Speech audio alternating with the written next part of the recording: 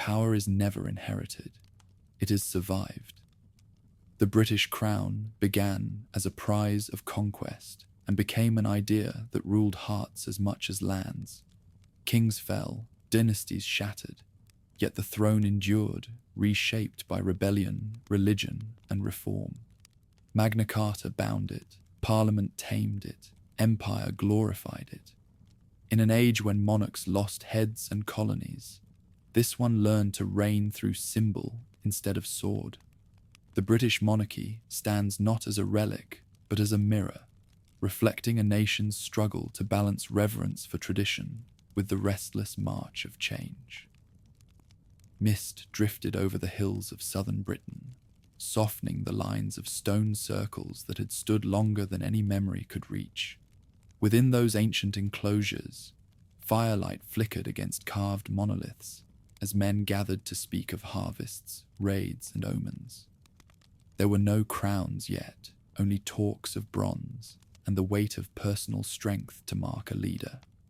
The land was divided into tribes whose names still whispered through the soil. Brigantes in the north, Iceni in the east, Dumnona in the far west, each ruled by a chieftain whose power lived or died with his courage. These early rulers commanded through kinship and fear, their authority measured by the number of spears they could summon at a shout. Around them stood druids, guardians of memory, and interpreters of divine will. In oak groves heavy with mistletoe, these priests spoke the language of gods and seasons, binding warrior and farmer alike with rituals that promised fertility or vengeance. Power in those days wore no crown. It was woven from lineage, courage, and the invisible strands of belief. The tribes traded, fought, and intermarried, their boundaries marked by rivers and forests rather than laws. Yet even among them, the instinct for hierarchy was ancient and unyielding. Warriors swore oaths to their chieftain. Chieftains sought blessings from druids who claimed to speak for powers older than men. Kingship was an idea still unformed, but its shadow already stretched across the land. A vision of one man elevated above others, not only by might, but by divine right. When the Roman legions came in 43 AD, their arrival struck like thunder across a divided landscape. The invaders found no nation to conquer, only rival lords whose quarrels made resistance easy prey for the organized precision of empire. Some fought. Caratacus of the Catuvellauni defied the Roman advance for years, his mountain strongholds turning valleys red before he was captured and paraded in chains through the streets of Rome. Yet even in defeat, he spoke with the dignity of a king, reminding his captors that glory belonged to those who fought for freedom. Others sought alliance. Cartimandua, queen of the Brigantes, traded loyalty for Roman favor, ruling from her hill fort with Roman soldiers at her back. Her betrayal of Caratacus to the invaders earned her silver and security, but at the cost of her people's faith. To the south, Togidubnus, whom the Romans called Cogidubnus, received the title of Client King. From his capital at Chichester, he ruled a hybrid realm where Latin words mingled with Celtic prayers and mosaics glittered in houses that still smelled of peat smoke. Roman occupation transformed the idea of leadership. Where tribal chiefs had ruled by custom, client kings ruled by decree. Coins bore their faces, laws bore their names. Across the province of Britannia, villas rose like small kingdoms, their owners acting as miniature emperors within their estates. The druid groves fell, silent, their sacred fires replaced by altars to Jupiter and Mars. Yet beneath this veneer of order, the memory of tribal freedom endured, waiting for the day when the eagles would depart. That day came with the slow crumbling of empire. By the early 5th century, the legions were gone. recalled to defend Italy from barbarian invasions. In their wake, Britain stood exposed, a Roman province in name, but a land without protection. Roads cracked, trade faltered, and local rulers seized what fragments of authority they could grasp. From the ruins of Roman towns rose warlords whose titles were self-made: Dux, Prefectus, Rex. The words changed, but the truth remained. Each man ruled only what his sword could hold. Among these lords was Vortigern, remembered by chroniclers as the High King of the Britons. His authority, like that of those before him, rested on fragile alliances and the hope that Roman ghosts might still guard their abandoned walls. But the island's borders were porous. From the north came painted Picts, testing the strength of what had once been empire. From the west, Irish raiders, Scotti, crossed in leather boats to seize cattle and captives. And from across the North Sea, long shadows began to move toward Britain's undefended shores. The newcomers came not as armies, but as families: Saxons, Angles, and Jutes, from the storm-lashed coasts of what is now Germany and Denmark. At first they came as allies, mercenaries hired by Vortigern to fight northern invaders in exchange for land. Among their leaders were Hengist and Horsa, brothers whose names meant stallion and horse, men of restless ambition and sharp understanding. Their ships landed at Thanet, and their spears won victories that made the Britons believe salvation had arrived. But salvation soon became conquest. When payment faltered and ambitions grew, these allies turned on their hosts. Fields once sown by British farmers now burned beneath foreign fire.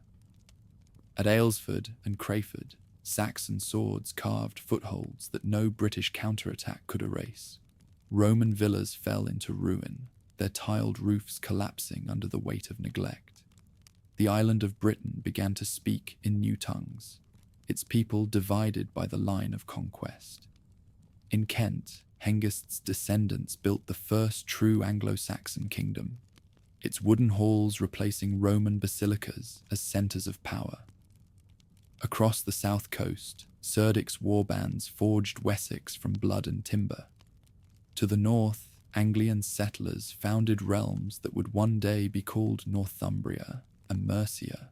7 kingdoms would rise from these conquests, the Heptarchy, but that future still lay beyond the smoke of the first burning villages. As generations passed, the Saxons ceased to be strangers. Their chieftains became kings, their warbands peoples. The sons of conquerors learned to farm British soil and bury their dead beside ancient Roman roads.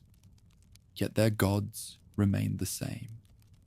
In the sacred groves of Kent and East Anglia, men still called on Woden and Thuna, pouring ale into the earth for protection and victory.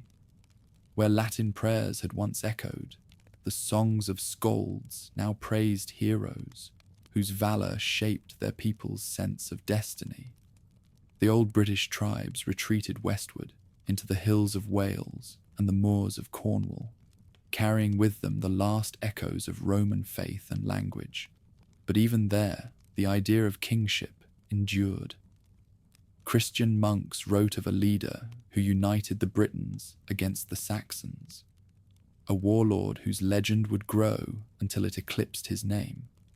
They called him Arthur, and though history offers little certainty about his deeds, his myth preserved the memory of a people who refused to vanish. The centuries that followed were ages of shifting frontiers. Battlefields changed hands as quickly as alliances, yet something enduring began to take shape amid the chaos. Each kingdom built halls where oaths were sworn, laws recited, and songs remembered. Power passed from father to son, not merely through strength, but through inheritance. A concept foreign to tribal custom, but essential to monarchy. In this crucible of war and migration, Britain became a patchwork of tongues and loyalties. Kent looked to the continent. Northumbria gazed toward the northern seas. Mercia ruled the heartlands with an iron hand, while Wessex, hemmed in by Britons and raiders, learned resilience that would one day make it supreme. Across the land, the notion of rule shifted from mere survival to divine order. Kings began to claim descent from gods, tracing their bloodlines to Woden himself. By the dawn of the 7th century, the island had entered its new age. Pagan kings ruled where legions once marched. Timber halls stood where marble temples had crumbled. Yet amid this transformation, the seeds of unity were already sown. A faith from Rome would soon return, carried not by soldiers but by monks, and it would crown the old ideals of loyalty and honor with sanctity. For now, Britain remained divided, a land of many kings but no kingdom, where the memory of empire haunted every ruin and the promise of something greater flickered in the hearth smoke of distant halls. The island had learned the cost of power and the fragility of peace. Out of its storms would rise a ruler whose name would become synonymous with order itself, Alfred the Great. But that story belonged to a later dawn. Smoke curled from the hearths of timber halls that dotted the new landscape of the south, where once marble columns had reflected Roman light. Now wooden beams rose beneath thatched roofs blackened by years of fire and song. The language spoken inside these halls was no longer the clipped Latin of administrators, but a rougher tongue, built for poetry and oath-taking. Here, men gathered around their lord, drinking from shared cups as the scop sang of lineage, battle, and fate. A chieftain's worth was measured not by his lands alone, but by the loyalty he inspired. The ring-giver whose generosity bound warriors tighter than chains. This was the age when the conquerors began to rule, and the warlords of earlier generations transformed into kings. The change was not sudden. Power in these new realms still depended on the strength of a man's arm and the loyalty of his followers. But slowly, through battle and marriage, through conquest and compromise, kingship began to take root as something sacred, an office touched by the hand of the divine. In Kent, where Hengist's line still held sway, Ethelbert emerged as the first ruler to see beyond the borders of his own hearth. His kingdom prospered by trade with Frankish Gaul, where merchants carried silk, wine, and ideas across the Channel. From that world of cathedrals and relics came a new force, one not of sword or shield, but of faith. Ethelbert's queen, Bertha, was Frankish and Christian. She brought with her a chaplain and a small stone chapel in Canterbury, a fragile foothold for a faith that had never fully died since Rome's departure. When Augustine arrived from Rome in 597, his black-robed company walked through meadows, alive with pagan shrines and half-forgotten Roman ruins. Ethelbert received him cautiously, not in his hall, but in the open air, where, as his priests warned, no spells could bind him. The missionaries spoke of one God who ruled not through iron, but through eternity. It was a concept alien to the sons of Woden, yet strangely familiar to a ruler who sought to legitimize his power beyond the limits of his sword. Conversion, when it came, was both political and spiritual. Ethelbert saw that Christianity offered more than salvation. It offered structure. The Roman Church brought with it law, literacy, and the idea of an ordered hierarchy that mirrored his own court. When he accepted baptism, the act did not erase the old gods overnight, but it crowned the idea of monarchy with holiness. His rule became not just an inheritance of strength, but a reflection of divine will. In that moment, the concept of a Christian king was born on English soil. Across the land, the fires of conversion began to burn. where once Thuna's hammer had hung above the hall door, now the cross took its place. Priests and monks followed in Augustine's footsteps, carrying Latin books and strange customs into wooden settlements where warriors still measured time by the moon. Yet even as they preached humility, these men of God understood the power of kings. They anointed rulers with holy oil, wrote their laws in sacred language, and taught that rebellion against a king was rebellion against heaven itself. In this blending of pagan courage and Christian order, the Anglo-Saxon idea of kingship reached maturity. Kings were still warriors, but they were also lawgivers, signing the kin's leader, whose duty was to protect, to judge, and to guide. They swore oaths before God and men, promising to maintain peace in the realm and justice among their people. From these oaths would grow the moral foundation of English monarchy, that kings ruled not only by right of conquest, but by the consent of both heaven and earth. The Heptarchy, the 7 kingdoms of Kent, Wessex, Mercia, Northumbria, East Anglia, Essex, and Sussex, stood like 7 flames on a single altar, flickering between rivalry and alliance. Each claimed divine descent from Woden. Each dreamed of uniting the island under its own banner. In the north, Northumbria's kings built monasteries as symbols of both piety and power, their golden gospels shining against the grey mists of the Humber. Mercia grew rich in the fertile valleys, between the rivers Trent and Severn, its rulers mastering both war and diplomacy. Wessex, hemmed between sea and forest, learned patience, the discipline of those who wait for their destined hour. Amid this competition, culture flourished. Monasteries became centres of learning and record, preserving both Latin scripture and vernacular verse. Laws were written, not merely spoken.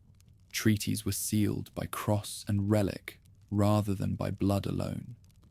A new kind of order emerged, still brutal, still uncertain, yet guided by an awareness that kingship was no longer transient, no longer tied solely to the warrior's age. The throne was becoming an institution. The bond between ruler and church deepened with every generation.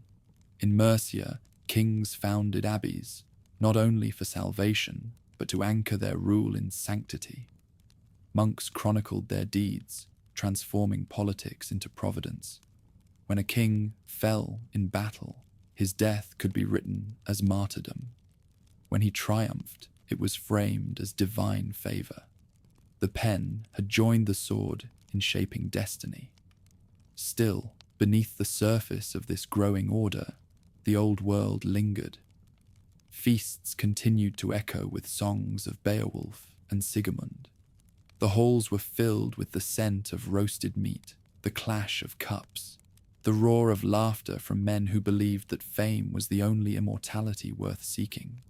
Yet even as they praised their ancestors, they prayed for their souls. Pagan valor and Christian faith coexisted uneasily, like 2 faces carved on the same coin. Power shifted with the tides. Northumbria's glory, bright under kings like Edwin and Oswald, waned as internal strife and Viking raids tore its borders apart. Mercia's reach faltered after centuries of dominance. Into that void rose Wessex, hardened by centuries of resistance and guided by kings who understood the balance between sword and scripture. Their courts were smaller, their lands poorer, but their will proved iron. In Wessex, the lineage of Cerdic endured through storms that broke mightier thrones. From these roots would rise Alfred, whose vision would reshape the island's fate. Yet in the mid-9th century, that future was still being forged. For now, the land remained a mosaic of crowns and rivalries, each king dreaming of unity, each convinced that his bloodline alone was favored by God. Beyond the battlefields and churches, the idea of England itself was forming, not yet in name, but in memory and imagination. The stories told in monastery halls and the laws inscribed on parchment began to speak of a shared heritage. Kings who once saw themselves as rulers of tribes now thought of realms and soon of nations. By the end of the 9th century, that transformation had given birth to something enduring. From the ashes of Roman order and the anarchy of tribal war, a distinct concept of monarchy had emerged. A sacred kingship rooted in blood and faith, in duty and destiny. The ruler was no longer merely a conqueror or judge. He was the living embodiment of divine order upon the earth. In the quiet of his hall, beneath rafters darkened by generations of fire and song, the king listened as his poet recited verses of his ancestors.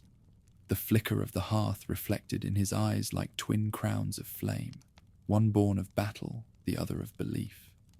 Between them burned the light of a destiny that would outlive them all. Wind scoured the hills above Hastings as the dawn of October 14th broke red across the sky. Below, 2 armies waited, one born of the island, the other of the sea. Harold Godwinson stood among his Huscarls, the sons of England's last age, shields locked like the walls they meant to defend. Across the field, William of Normandy surveyed his lines with the cold precision of a man who believed heaven had already chosen his cause. Between them stretched a nation's fate, balanced upon a slope of English earth. When the arrows darkened the morning, England's world shifted. For hours the shield wall held, a living rampart of wood and iron, until feigned retreat and rising fatigue opened its heart. Norman cavalry surged through the breach, hooves striking the soil that had birthed 1,000 years of kings. By dusk, Harold lay dead beneath the fallen banner of the Golden Dragon, and with him died the last pure blood of Anglo-Saxon royalty. The conquest that followed was not a single moment of victory, but a remaking of the realm from the bones outward. William, called the Conqueror by some, the Bastard by others, claimed the crown in Westminster Abbey on Christmas Day, 1066. The coronation's solemn chants were drowned by the clash of Norman swords outside, for his guards mistook the English acclamations for rebellion. The confusion suited the truth.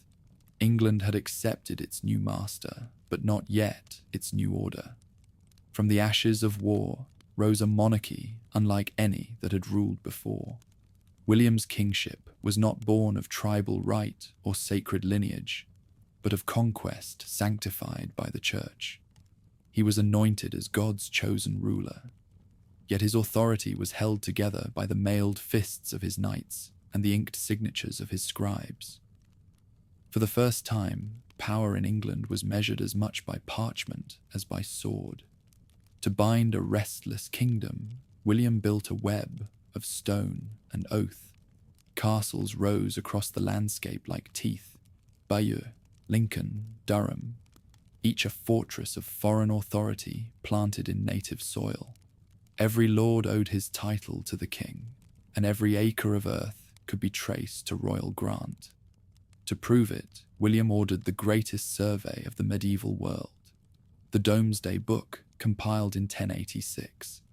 It recorded fields, mills, oxen, and men, with the precision of judgment itself. A catalogue so complete that chroniclers said its verdict could not be appealed, even before God. In that ledger, England ceased to be a cluster of fiefs and became a single body, its limbs bound by administration, its breath measured in taxes.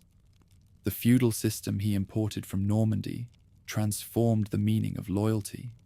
Nobles no longer held land by blood, but by royal favour.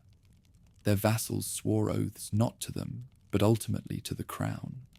Even rebellion carried within it acknowledgement of the monarch's supremacy, for to defy him was to commit treason against the order of heaven and earth. William's sons inherited both his crown and his divisions. Robert, restless and impulsive, sought adventure in Normandy. William Rufus ruled England with a bold hand and a cruel temper. Henry, the youngest, seized opportunity in their quarrels. When Rufus fell in the New Forest, an arrow through his heart, perhaps accident, perhaps providence, Henry claimed the throne before his brother's body had grown cold. Henry I brought to rule a mind trained in calculation. His marriage to Edith of Scotland, the descendant of old Saxon kings, was no act of sentiment. It was a deliberate uniting of Norman might with English legitimacy, a fusion that would outlast every rebellion.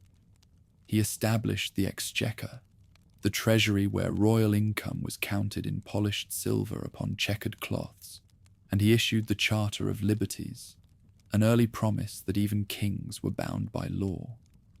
Yet beneath these reforms lingered the memory of blood. His brother Robert imprisoned for life, his only legitimate son drowned in the White Ship, the sea swallowing a generation of heirs. The drowning of Prince William in 1120 left a vacuum that would tear the realm apart. With no male heir, Henry named his daughter Matilda as successor, a bold declaration in a world unready for a woman's rule. Her cousin Stephen of Blois seized the crown upon Henry's death, plunging England into nearly 20 years of chaos. Castles burned, churches were fortified, and villages vanished under the weight of endless war. Chroniclers called it the Anarchy, when Christ and his saints slept. Through storm and siege, Matilda fought for her son's inheritance, carrying the banner of legitimacy against a cousin's usurpation. In her struggle, the realm glimpsed both the fragility and endurance of monarchy. For even as kings fell and pretenders rose, the crown itself remained sacred, an idea too deeply rooted to die with its wearer. The peace that ended the anarchy in 1153 did not restore old order. It forged a new dynasty. Matilda's son, Henry, was young, fierce, and brilliant, a ruler destined to be called the Second. When he took the throne in 1154, he inherited a kingdom weary of chaos but still capable of greatness. His marriage to Eleanor of Aquitaine brought with it lands stretching from the Pyrenees to the Channel, forming what chroniclers would call the Angevin Empire. For the first time since the Conquest, England's king ruled not just a kingdom, but half of France. Yet Henry was more than a conqueror. He was an architect of governance. He reformed the law, creating systems that would outlast dynasties. Royal justices travelled the countryside, carrying the king's writ to every shire. From their rulings grew the roots of common law, a living body of judgment built not upon decrees, but upon precedent. In his courts, even a peasant might seek justice against a baron, provided he could pay the fee. Thus, the monarch's authority extended beyond armies and castles into the daily lives of his subjects. Still, power bred defiance. The church, once the crown's partner, began to challenge its supremacy. When Henry's old companion, Thomas Becket, became Archbishop of Canterbury, the king expected loyalty. Instead, he found opposition.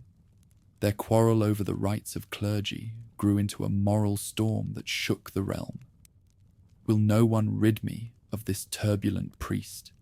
Henry cried in anger, and 4 knights took his words as command. Becket's murder in Canterbury Cathedral in 1170 stained the floor with martyrs' blood and the king's conscience alike. Henry's penance at Becket's shrine, barefoot, scourged by monks, revealed a new kind of kingship, one that must balance divine humility with human power. No ruler before him had embodied so clearly the paradox of monarchy, chosen by God, yet accountable to his law. That balance would define England's crown for centuries to come. As Henry aged, rebellion came not from his enemies, but from his sons. Richard, Geoffrey, and John, spurred by their mother's restless ambition, rose against him in wars that blended filial resentment with political hunger. Betrayed by those he had built his empire for, Henry died at Chinon in 1189, whispering shame on a conquered king. His eldest surviving son, Richard, known to history as the Lionheart, would inherit the throne, but his heart belonged elsewhere. The crusading age had dawned, and the kings of Europe marched eastward in search of salvation and glory. Yet while he rode toward Jerusalem, England remained behind, a kingdom built upon conquest, law, and blood, a crown forged in battle and consecrated by faith. The age of the Norman conquerors had ended. The age of the Plantagenets had begun. The trumpets that had sounded for Richard the Lionheart's coronation still echoed across London when he turned his face eastward toward the Holy Land. He was a king of restless purpose, born for the clash of armies more than the council chamber. His throne was scarcely warm when he sold offices, castles, and even sheriffdoms to fund his crusade. "I would sell London itself," he jested, "if I could find a buyer." In that jest lay a truth.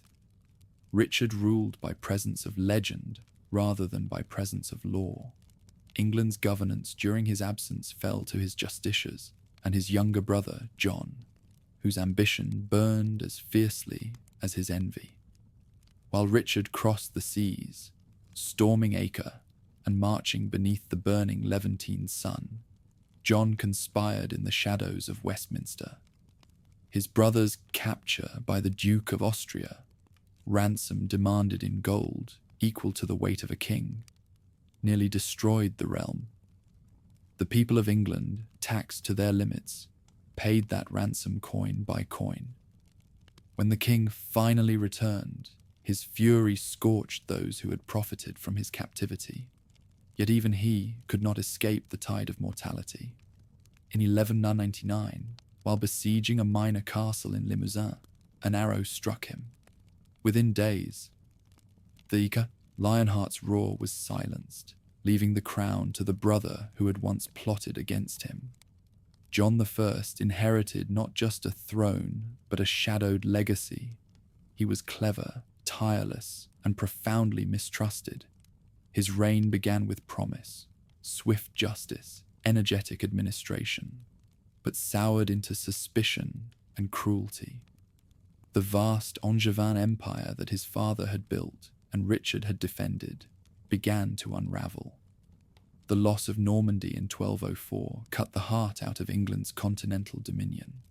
In a single generation, the island that had ruled across the Channel became once again an island ruled from within. Yet John's true undoing came not from foreign kings, but from his own barons. His demands for taxation to fund endless wars bred resentment. His disputes with Pope Innocent III brought excommunication. His seizure of lands from nobles and clergy alike turned allies into enemies. The church itself closed its doors. Bells fell silent, sacraments ceased. The realm lay spiritually exiled. When reconciliation came, it was not peace, but submission. John knelt before the papal legate, surrendering his crown as a vassal of Rome and receiving it back as a tenant of the Holy See. The humiliation might have ended there, but the barons, emboldened by his weakness, forced a reckoning. In the meadow of Runnymede in 1215, they compelled the king to seal a parchment that would outlive them all, the Magna Carta. Its words, written by clerks and sealed by trembling hands, declared that even the monarch was subject to law. No man would be imprisoned without judgment. Justice could not be sold. Taxation required consent. It was not freedom, as later centuries would know it, but it was a seed, an idea that kingship, once absolute, must now share its breath with the rule of law. John's rage at this constraint ignited civil war. He burned towns, besieged castles, and hired foreign mercenaries to scourge his own land. Yet the harder he fought, the less the realm could bear him. fever and despair claimed him in 1216, leaving his 9-year-old son, Henry, to inherit a throne haunted by rebellion. Henry III came to power as a child, his reign beginning under the guardianship of William Marshal, the knight whom poets called the flower of chivalry. Under Marshal's regency, peace returned to the land, and loyalty to the crown slowly revived. But when the young king reached maturity, he sought to rule as his father never could, with grandeur instead of fear. He filled Westminster with masons and artists, rebuilding the abbey in the new Gothic style, its soaring arches proclaiming divine majesty reflected in stone. Yet his devotion to art and piety could not compensate for political blindness. Henry's court became a mirror of his own contradictions, lavish, devout, and reckless. He married Eleanor of Provence, surrounding himself with her foreign kin, whose influence provoked jealousy among English lords. His costly devotion to continental wars drained the treasury. When he sought new taxes, the barons again rose in anger, this time under Simon de Montfort, Earl of Leicester, a man both reformer and zealot. In 1264, rebellion erupted. At Lewes, Montfort's forces captured the king and his son, Prince Edward. For a moment, England tasted the notion of representative government. Montfort summoned knights and burgesses to a council that would evolve into parliament. But victory bred division. Within a year, Prince Edward escaped captivity, rallied loyalists, and crushed Montfort's army at Evesham. The rebel's body was hacked to pieces, his dream of reform drenched in blood. Yet his assembly had planted another seed. Even in defeat, the idea that common men might speak in council to the crown refused to die. Edward I inherited more than his father's crown. He inherited the lessons of disorder. Tall, stern, and tireless, he was every inch the medieval king, administrator, soldier, and lawgiver. His reign began with purpose, to bring all of Britain under one rule and to forge unity through law. He conquered Wales with relentless precision, building a chain of castles, Conwy, Caernarfon, Harlech, that still stand like stone oaths along the coast. In 1301, he invested his son as Prince of Wales, a title meant to bind conquered land to English destiny. But the North would not bend so easily. Scotland's independence stood as the last defiance to Edward's ambition. His campaigns against the Scots began with the capture and execution of William Wallace, the rebel whose name would haunt English memory for centuries. Yet victory proved illusion. Scotland's spirit outlasted its defeats. As age stiffened his sword arm, Edward's fury cooled to weariness. He died in 1307 on campaign, commanding that his bones be carried onward to battle. His son, the second of his name, did not inherit his father's iron. Edward II's reign began in promise and ended in ruin. Where his father had ruled through law and conquest, he ruled through favourites. The rise of Piers Gaveston, his companion and rumoured lover, scandalised the court and inflamed the nobles. When Gaveston was executed by jealous lords, the king's vengeance only deepened division. His military failures, most shattering at Bannockburn in 1314, where Robert the Bruce shattered English arms, erased the authority his father had built. The realm descended into mistrust and intrigue. Barons plotted, the queen turned traitor, and whispers of deposition filled the air. In 1327, Edward was overthrown by his wife, Isabella, and her lover, Roger Mortimer. His death, murdered in secret, in a manner too cruel for legend to forget, brought a close to one of the darkest chapters in royal history. Yet even amid the collapse of kings, the institution endured. Magna Carta was reaffirmed. Parliament met again. Law continued to bind the crown it once served. Out of tyranny and rebellion emerged a new order, still monarchic but tempered by counsel, by precedent, by memory of suffering. The Plantagenet realm stood battered yet alive, its kings chastened by experience and its people awakening to the idea that the power to rule was no longer unchallenged. The age of conquest had birthed an empire of law, and from its struggles, the English monarchy would emerge both humbler and stronger, an institution still divine in claim, but increasingly human in practice. Rain fell in steady silver lines upon the battlements of Nottingham Castle, where a boy of 14 waited for the crown of a kingdom too large for his years. Edward, son of the deposed king, was proclaimed ruler in 1327, while his father languished in secret captivity. The realm that greeted him was weary and suspicious, its nobility divided between loyalty to the crown and hatred for those who had broken it. Behind the throne stood two shadows, Queen Isabella and her lover, Roger Mortimer, who ruled in the boy's name with the greed of victors who had mistaken triumph for justice. England's coffers were drained, its armies demoralized, and Scotland free again under Robert the Bruce. Across the Channel, France watched with interest, calculating opportunity in every English misstep. Yet within the young king, a harder will was forming. At 17, Edward III seized his own destiny.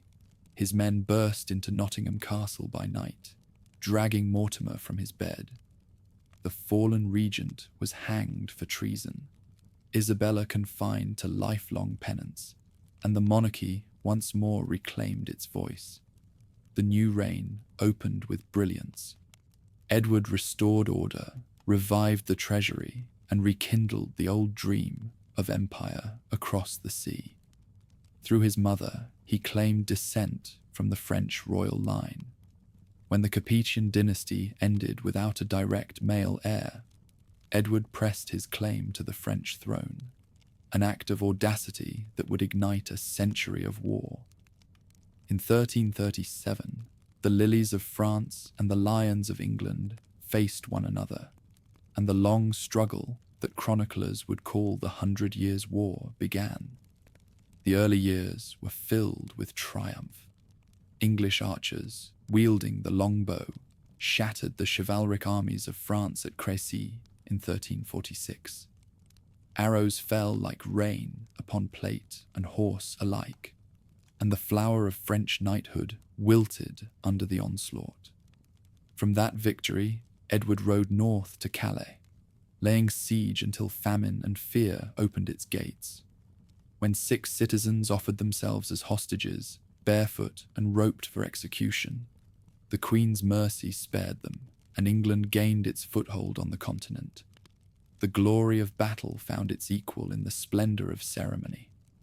Edward established the Order of the Garter in 1348, a brotherhood of knights bound by honor rather than blood. Its motto, Honi soit qui mal y pense, shame to him who thinks evil of it, echoed the chivalric ideal that ruled both court and field.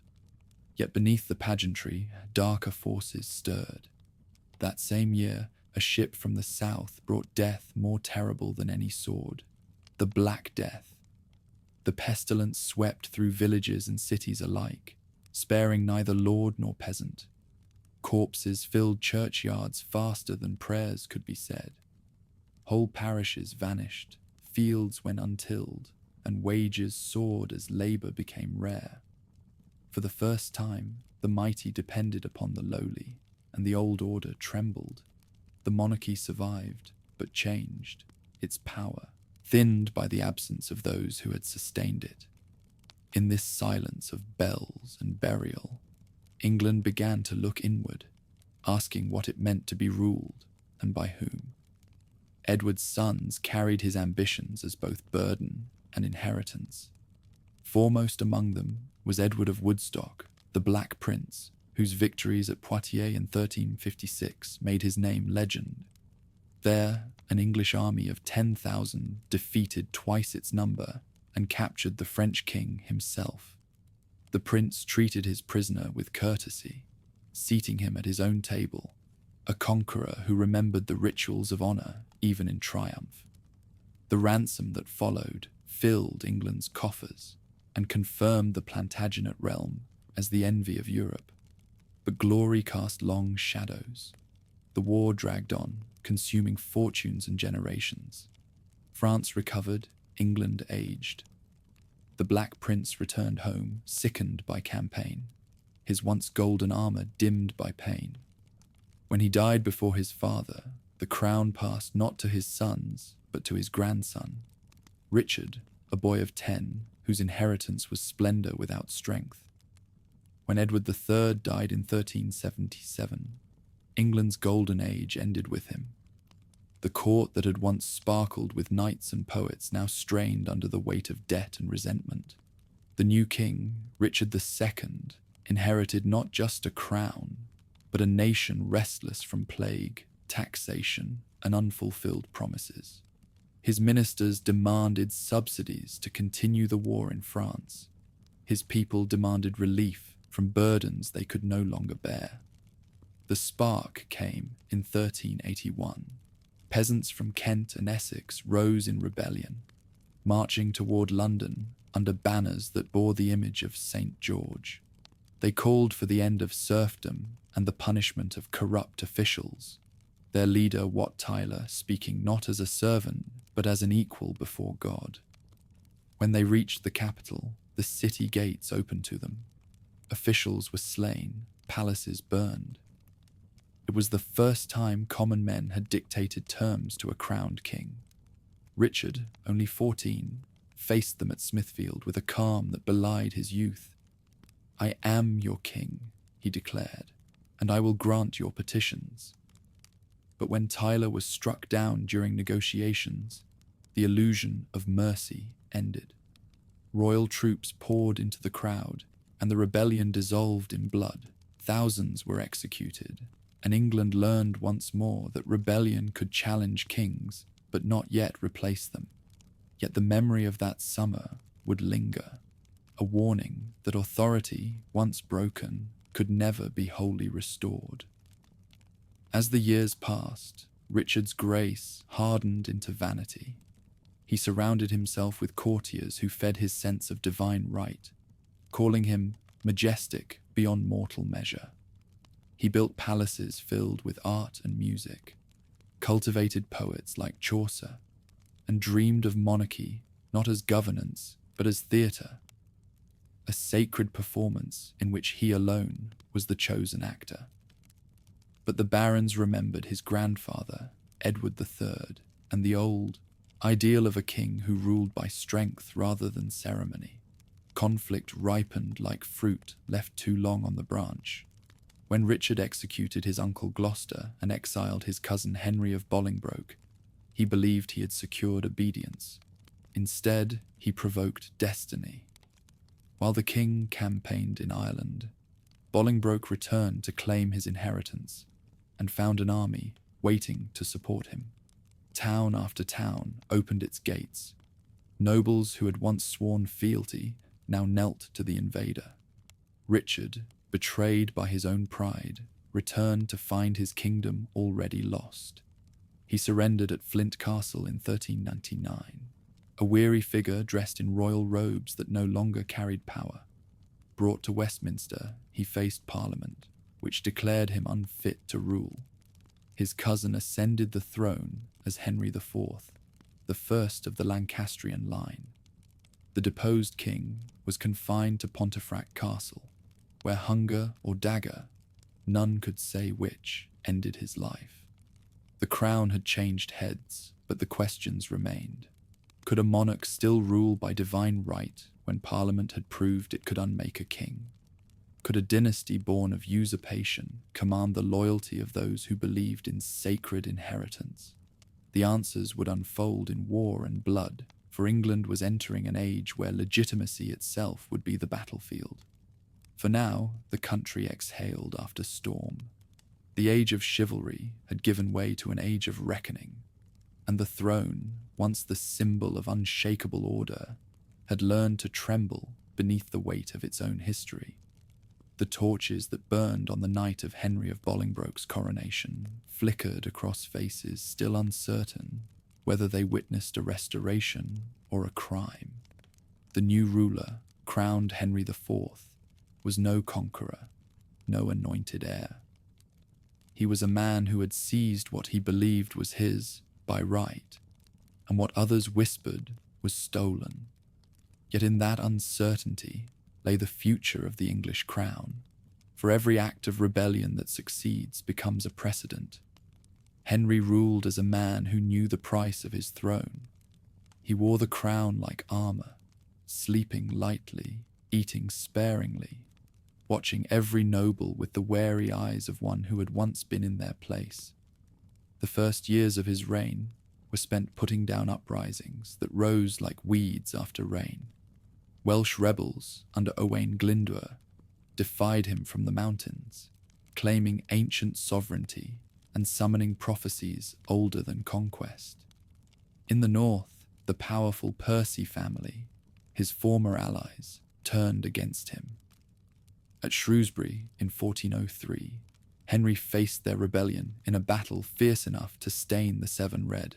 When the field fell silent, the king's victory was complete, but his peace was never secure. He aged quickly, worn by guilt and sickness.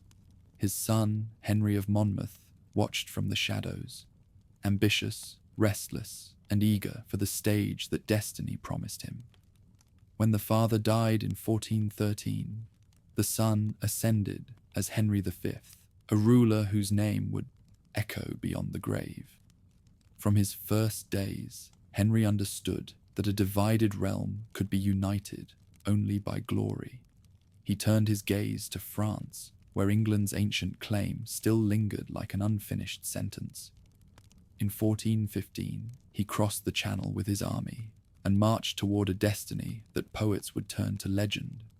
The field of Agincourt, sodden with autumn rain, became his stage. The French knights, glittering in armor and confidence, charged through mud that clung like chains. English longbows whispered death from afar. The air was thick with the hiss of arrows and the cries of men sinking beneath the weight of their own armor. When the fighting ceased, thousands of French lay dead, and England stood victorious. Against all odds, the king had turned a campaign of survival into a triumph of eternity. Henry's triumph was not merely martial, it was mythic. He married Catherine of Valois, daughter of the French king, and was named heir to the French throne. For a moment, England and France seemed destined to share a single crown, but destiny, like empire, endures only as long as its architect. In 1422, Henry V died at 34, leaving an infant son to inherit 2 kingdoms and a burden no child could bear.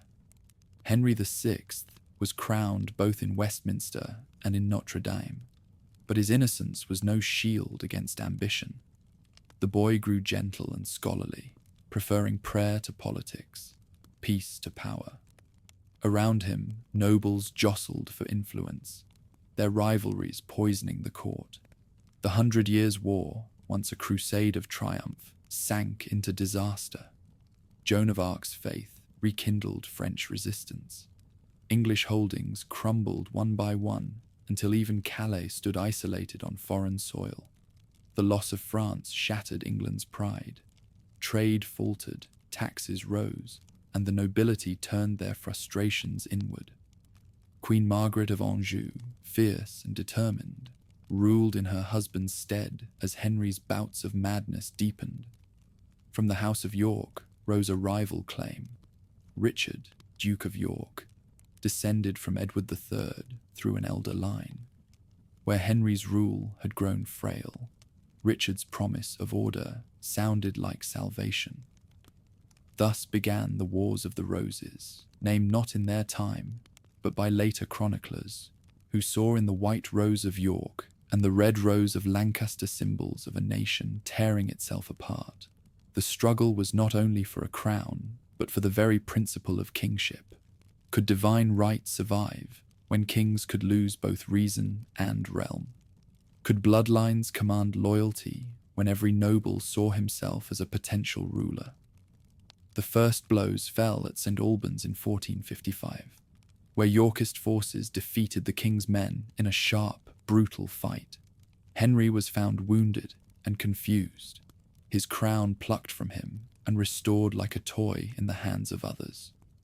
For a decade, the realm swung between uneasy truces and sudden betrayals. Warwick the kingmaker, Richard Neville, rose as the arbiter of thrones, placing and toppling monarchs with the ease of a man rearranging his chessboard.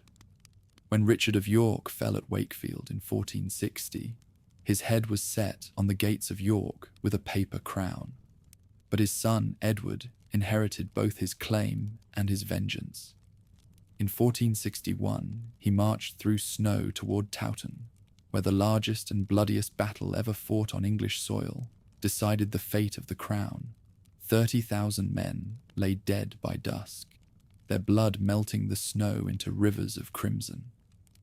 Edward emerged victorious, the new King of England, his youth and charm masking a ruthless will. Edward IV's reign began with promise and splendor. Tall, commanding, and golden-haired, he embodied the knightly ideal. But even triumph could not silence the old resentments. His secret marriage to Elizabeth Woodville, a commoner of beauty and ambition, alienated his nobles, especially Warwick, who turned his allegiance once more. The wheel of fortune spun faster. Edward was driven into exile, then returned with foreign aid to reclaim his throne. Warwick died at Barnet, his gamble lost, and the Lancastrian cause withered at Tewkesbury, where the young Prince Edward, Henry VI's son, was slain. In the Tower of London, the gentle king, who had known madness and prayer, met his end quietly, murdered to ensure the peace of his conquerors. Edward ruled unchallenged, his court glittering with luxury and intrigue. Yet beneath the silks and songs lay unease. The nobility, reduced in number by decades of slaughter, grew rich and powerful from confiscated lands. The monarchy had survived, but it no longer commanded the reverence it once had. When Edward died suddenly in 1483, his 12-year-old son was proclaimed Edward V. But the boy never wore the crown. His uncle, Richard, Duke of Gloucester, claimed to protect the throne for the child, and then claimed it for himself. Within weeks, the young king and his brother vanished into the tower. Whispers said they were seen playing one day, and never again. Whether by dagger, pillow, or silence, the princes died, and Richard III reigned beneath a cloud that no sunlight could pierce. His rule was short and haunted. Though he governed with energy and enacted reforms, suspicion clung to him like a second cloak. In 1485, a new challenger rose from exile. Henry Tudor, a distant Lancastrian heir, backed by the discontented and the hopeful. Their armies met at Bosworth Field, where the crown of England lay literally in the mud between them.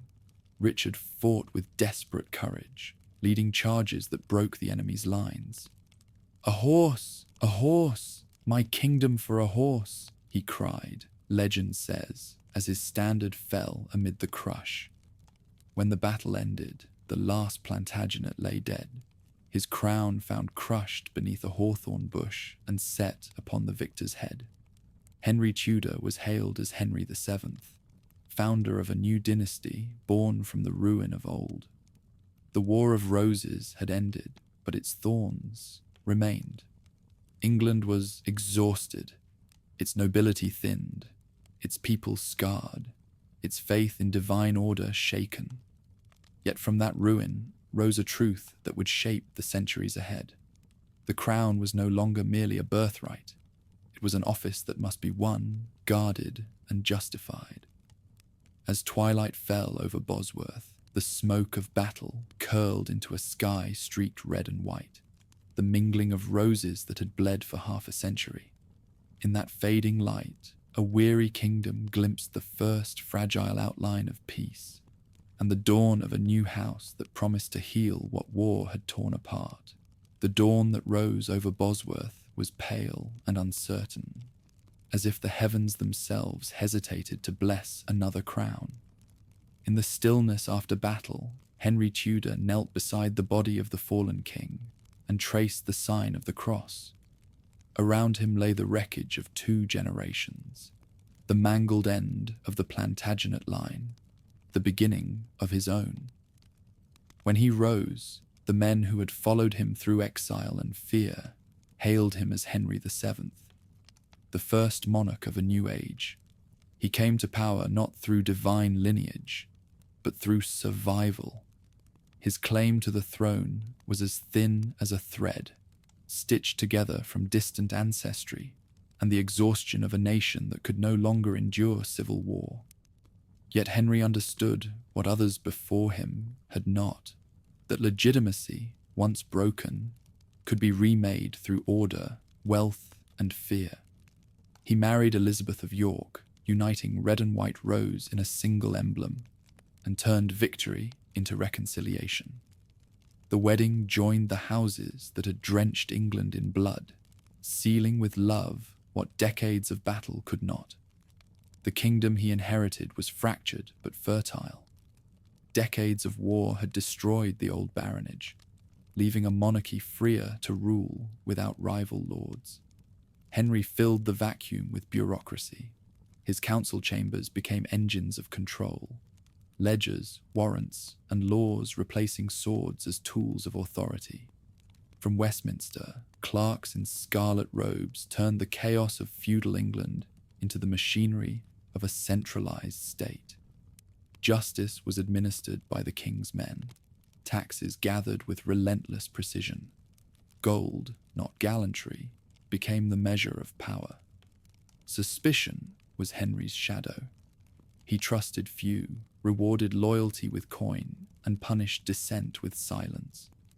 Beneath his calm surface lay a ruler who never forgot that crowns rested on the sharpest of edges. Pretenders rose against him, Lambert Simnel, Perkin Warbeck, each claiming to be a lost prince. A ghost from the tower returned to claim destiny. Henry crushed them with methodical patience, his spies threading through taverns and courts alike. To his subjects, he was both savior and warden, a man who restored peace but demanded obedience in return. By the time he died in 1509, the realm was prosperous, stable, and fearful. Merchants filled London's markets with wool and spice. Scholars studied in Oxford's quiet halls, and craftsmen gilded the new palaces of a dynasty that seemed at last secure. Yet beneath the gold and glass of his legacy, something restless stirred, the yearning of a young kingdom for glory. That yearning found its embodiment in his son. When Henry VIII ascended the throne, England drew its breath as though waking from a long sleep.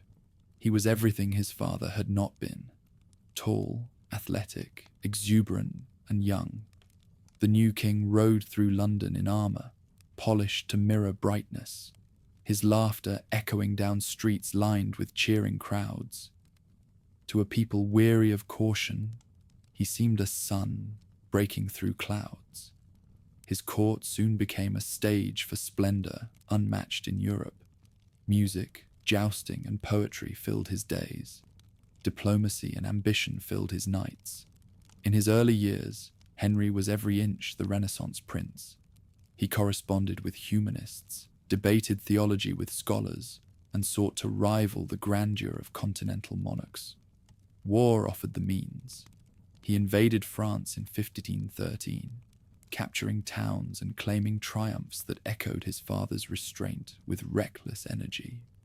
At home, he built ships that would form the first foundations of England's navy, wooden giants bristling with cannon, harbingers of a power not yet imagined.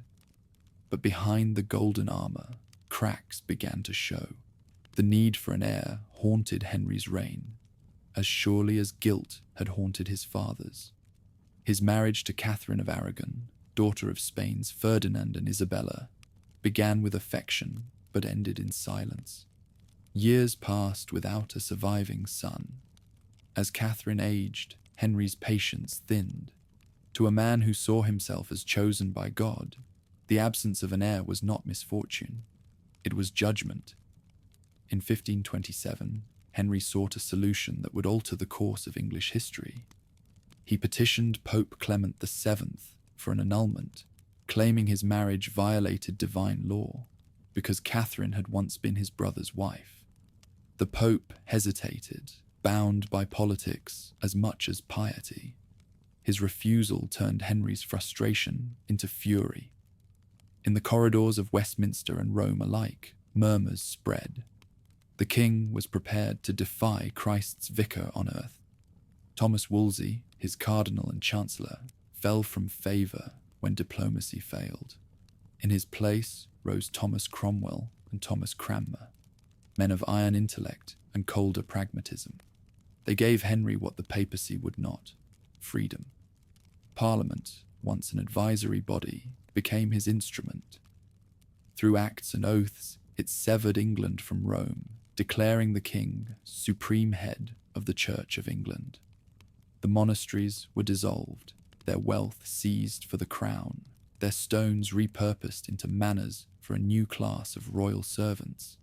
This revolution was bloodless only in theory. Monks were driven from their cloisters, relics were cast into the mud. The abbeys that had stood since Saxon times became ruins haunted by wind. Yet amid the destruction, something new took shape. A monarchy divine in authority, yet independent of all foreign power. For the first time, England's king ruled as both sovereign and priest, his crown sanctified by no hand but his own. Catherine was exiled, her daughter Mary declared illegitimate. In her place rose Anne Boleyn, the dark-eyed courtier who had captured the king's obsession and the nation's imagination. Their marriage in 1533 defied the Pope's anathema and crowned Anne as queen. Within months, she bore a daughter, Elizabeth, an infant whom few celebrated, for the realm still longed for a son. The child's birth would later mark a turning point, but at the time, it seemed a disappointment written in silk and prophecy. Anne's charm soon curdled into peril.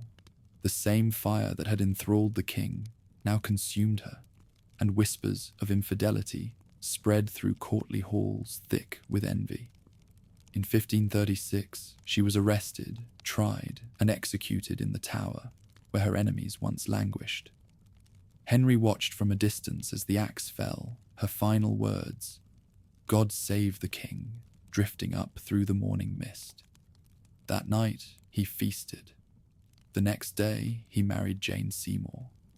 England watched in silence as its king shifted wives like a nation changing faith. Jane bore him the son he had longed for, Edward, and died days later in childbirth. Henry's grief was genuine, yet even mourning could not restrain his appetite for power. 6 wives would mark his life, but his true marriage was to sovereignty itself. The belief that the monarch's will was the measure of truth. By the 1540s, the man who had once danced through palaces now moved with pain. His vast frame carried on mechanical supports. His face, once bright with laughter, had hardened into tyranny. But his realm had changed forever. The church that had ruled English souls for 1,000 years now answered to the crown. Parliament had learned to shape law, not merely for the king, but through him. And the people, once subjects of faith, had become subjects of the state. When Henry VIII died in 1547, the bells of London tolled not just for a man, but for an age. Behind him lay the wreckage of monasteries, the birth of the English navy, the rise of Parliament, and a daughter destined to redefine the very meaning of rule. The Tudor age had begun in blood, but from its fire would come a nation reborn, one that would soon look outward across the seas, seeking destiny not in divine right, but in the reach of its own ambition. The bells that tolled for Henry VIII's death still echoed when the boy who bore his name ascended the throne. Edward VI was only 9, frail in body but fierce in conviction, a child raised not on chivalric tales but on the stern certainties of reform. Around him gathered men who believed they were building God's kingdom anew. The old world of Latin prayers and gilded saints had fallen. In its place rose the clean geometry of Protestant faith. Under the guidance of his uncle, Edward Seymour, the Duke of Somerset, the new reign began with an air of purification. Altars were stripped, images destroyed, and the Mass declared idolatry.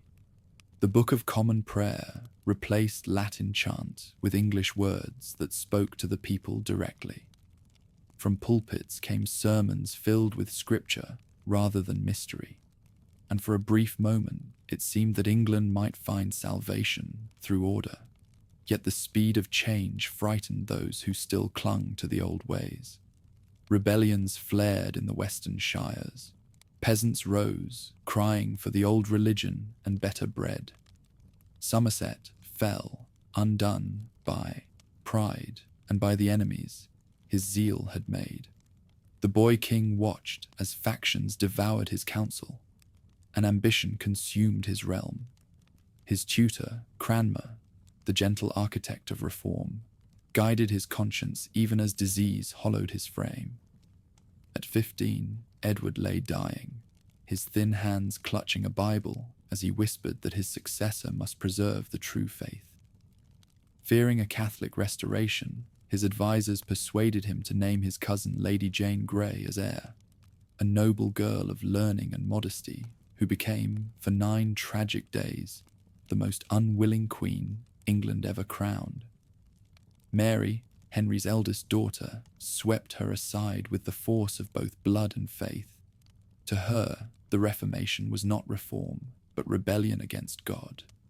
When she rode into London in 1553, the crowds cheered the return of legitimacy.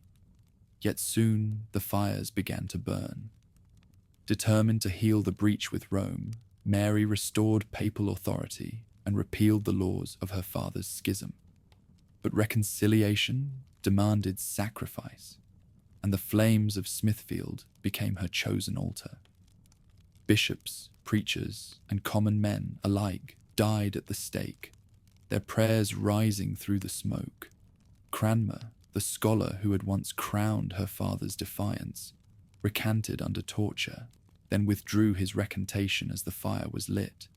"I have written the untruth," he cried, thrusting his right hand into the flames.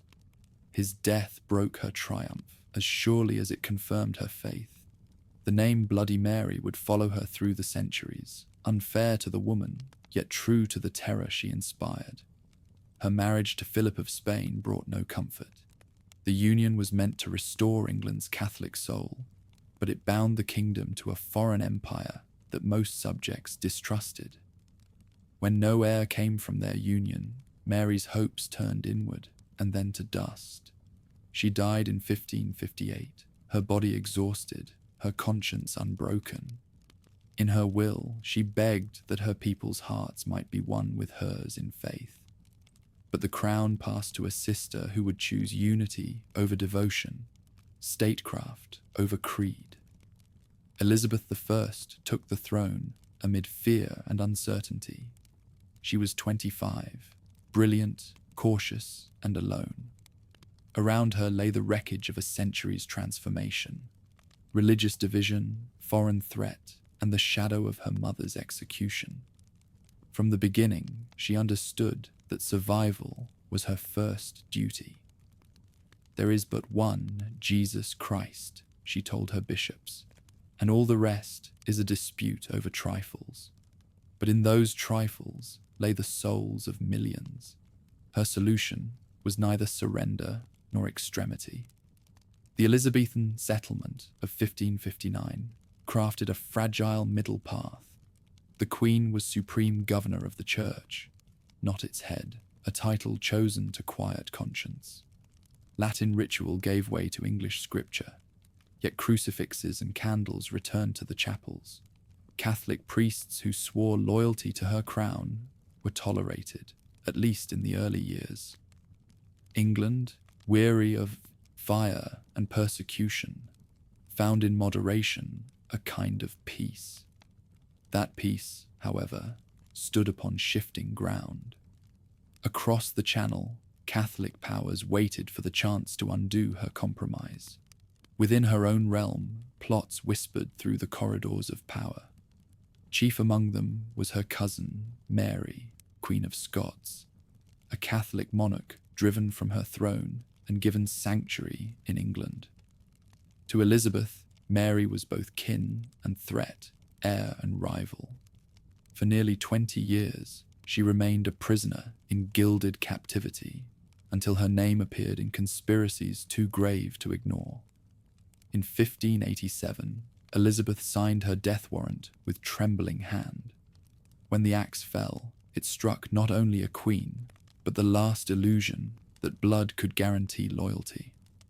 The following year tested England's very existence. Philip of Spain, widower of Mary Tudor and champion of Catholic Europe, launched his invincible armada against the heretic Isle. From the cliffs of Devon to the beaches of Kent, beacons flared. The English fleet, smaller but swifter, met the Spanish galleons in the Channel, fire ships scattering their formation like startled birds. Storms finished what cannon had begun. When the battered armada limped north around Scotland, Elizabeth rode among her soldiers at Tilbury, clad in silver armour that caught the sun. "I have the body of a weak and feeble woman," she declared, "but I have the heart and stomach of a king." Those words forged her legend as surely as the winds forged her victory. The years that followed were the flowering of a nation reborn. Exploration carried English sails beyond familiar seas. Drake circumnavigated the globe. Raleigh dreamed of colonies across the Western Ocean. At home, the theatre replaced the pulpit as England's voice. Shakespeare, Marlowe, and Spencer gave the kingdom a language as enduring as any empire. In their words, the struggle between order and freedom found immortal expression, the very tension that defined Elizabeth's reign. Yet even glory casts a shadow. The queen who had mastered politics found no peace in private life. She never married, fearing that any husband would claim her crown along with her hand. Courtiers adored her, poets worshipped her, but loneliness followed her like a ghost. Her court became a mirror of her mind, magnificent, anxious, and full of ceremony. Each year she grew more cautious, clinging to symbols that reminded her of youth and triumph. "I will have one mistress here," she once told an ambitious lord, "a no master." By the end of the century, the Golden Court began to tarnish. The explorers who had carried her flag returned with more debts than gold. The Irish wars drained treasure and blood, and the Queen's closest companions died one by one. Still, her presence commanded awe. When foreign ambassadors entered her chamber, they found an aging woman whose every gesture still radiated majesty. In her eyes flickered the will of an age that refused to fade. In March of 1603, Elizabeth lay dying at Richmond Palace. She refused the bed prepared for her, choosing instead to rest upon cushions on the floor, as if unwilling to surrender even in death. Courtiers gathered in silence around the dimming figure of their queen. "My seat has been the seat of kings," she murmured, "and I have kept it unspotted." When she finally named James of Scotland as her successor, the Tudor age ended as it had begun, with union forged from conflict, reconciliation drawn from the ashes of war. Her passing marked more than the death of a monarch. It was the death of an era. In a single lifetime, England had transformed from a feudal realm into a centralized nation, from Catholic devotion to Protestant identity, from island kingdom to maritime power. The Tudors had ruled through terror and vision, and from their contradictions had emerged a new idea of monarchy, one that was both human and divine, commanding and constrained. As dawn broke over the Thames, the barges bearing Elizabeth's body drifted toward Westminster through a sea of mourning faces. Bells tolled, banners hung still, and the waters reflected the grey light of a world forever changed. The age of splendour had ended, but the age of England had begun. Bells that rang for Elizabeth's funeral were still echoing in memory when new ones pealed for her successor. In the spring of 1603, James VI of Scotland rode south to claim a second crown as James I of England. The long-divided realms were at last united under a single monarch, and the road that had once been patrolled by border raiders became the spine of a kingdom newly christened Great Britain. Yet even as the people cheered his procession, the air trembled with unease. Elizabeth had ruled through balance and charm. James ruled through theory and conviction. He believed in monarchy as theology, the divine right of kings, bestowed not by parliament nor people, but by God himself. Kings are little gods upon earth, he wrote, sitting upon God's throne. The words glowed with confidence, but behind them stirred a fatal assumption. That power need not answer to consent. He had inherited a realm more literate, more restless, and far less obedient than any his ancestors had known. The Tudor awe of royalty was fading, replaced by a nation that could read, argue, and question. At first, James's reign promised harmony. The new king loved peace, learning, and conversation. He ended the long war with Spain, patronized poets, and gathered scholars to translate the Bible into an English tongue, so pure that it would outlive all his other works. The King James Version became both scripture and symbol, binding a nation with words that even skeptics could revere. Yet peace could not quiet the currents beneath.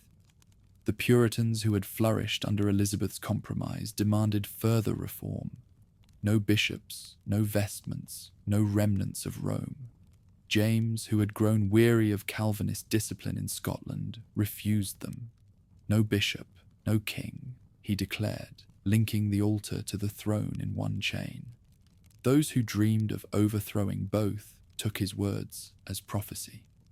In 1605, a group of conspirators led by Guy Fawkes filled the cellars beneath Parliament with barrels of gunpowder, hoping to erase king and government in one blazing instant. Their failure turned into legend, the 5th of November still marked by fire and effigy. But their plot revealed how fragile the new peace truly was. The years that followed saw the crown's dignity preserved, but its foundations slowly eroded.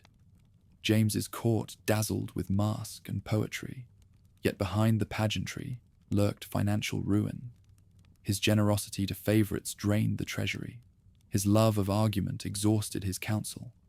When he died in 1625, the monarchy he left his son was ornate, learned, and dangerously overextended.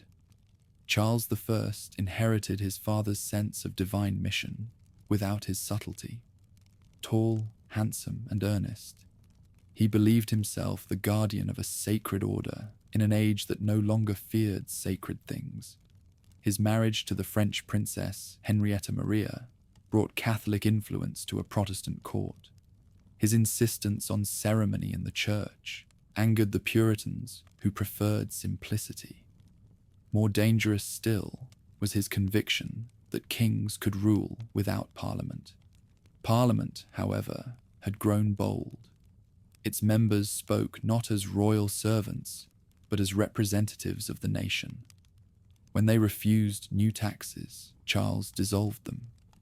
When he raised money through forced loans, merchants muttered of tyranny. In 1628, Parliament presented the Petition of Right, demanding that no man be imprisoned without cause, and no tax levied without consent. Charles accepted it in words, then ignored it in practice. The following decade, his personal rule, was government by decree. Without Parliament, the king found new ways to collect revenue: ship money, monopolies, fines. At first, the system seemed to work. The realm was quiet, the treasury solvent. But peace bought by silence is seldom lasting. When Archbishop Laud enforced religious conformity with iron zeal, the Puritan conscience rose in rebellion. Sermons whispered of Babylon in white surplice. Pamphlets compared bishops to Antichrist. Across the sea, thousands fled to New England, seeking the freedom that the old land would not grant. The storm broke from the north. In 1637, Charles attempted to impose the English prayer book upon the Scots. The Kirk rose in fury, declaring a covenant to defend their faith. Armies marched, and the king, unable to pay his soldiers, was forced to summon Parliament again after 11 years. He hoped for funds. He received judgment. The Parliament that met in 1640 was no longer the obedient assembly of his father's day. Its members came armed with grievances and the will to redress them. They abolished the king's courts of prerogative, executed his ministers, and declared that Parliament itself could not be dissolved without its own consent. Power was shifting from the crown to the chamber, and both sides knew it. When Charles entered the Commons in 1642, with soldiers to arrest his critics, the moment shattered the ancient equilibrium of English government. The Speaker knelt and refused to betray his members. "May it please your Majesty," he said, "I have neither eyes to see, nor tongue to speak in this place, but as the House shall command me." The king departed through a corridor heavy with silence. Behind him, civil war began. The struggle divided families, churches, and towns. Cavaliers rode for the king, their plumes and prayers tied to honor and hierarchy. Roundheads fought for Parliament, driven by scripture and conviction. The first clashes, Edgehill, Newbury, ended in stalemate, but the parliamentarians learned faster. Under the leadership of Oliver Cromwell, a country gentleman turned general, they forged the new model army, disciplined, devout, and deadly.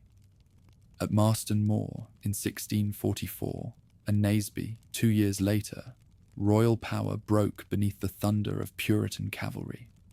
Charles surrendered to the Scots, believing mercy would follow defeat. Instead, he found captivity and debate. Parliament demanded concessions. He played factions against each other, hoping time would save him. Time ran out. In 1648, Cromwell's soldiers purged the Commons of moderates, leaving what would be called the Rump Parliament, an assembly determined to make history unthinkable. On a cold January morning in 1649, the king was led to a scaffold outside Whitehall. Dressed in black, he addressed the crowd with calm dignity. "I die a Christian, according to the profession of the Church of England," he said, asserting with his final breath the faith that had undone him. The axe fell cleanly. A groan rose from the onlookers.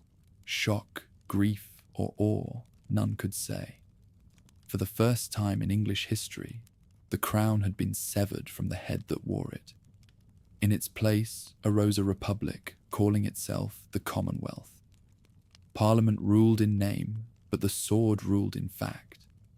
Oliver Cromwell, reluctant at first, soon became its centre of gravity. His army marched against Ireland with ruthless efficiency, crushed rebellion in Scotland, and imposed Puritan morality upon the weary land. Taverns fell silent, theatres closed, even Christmas was forbidden. To his followers, he was a new Moses. To his enemies, a tyrant cloaked in scripture.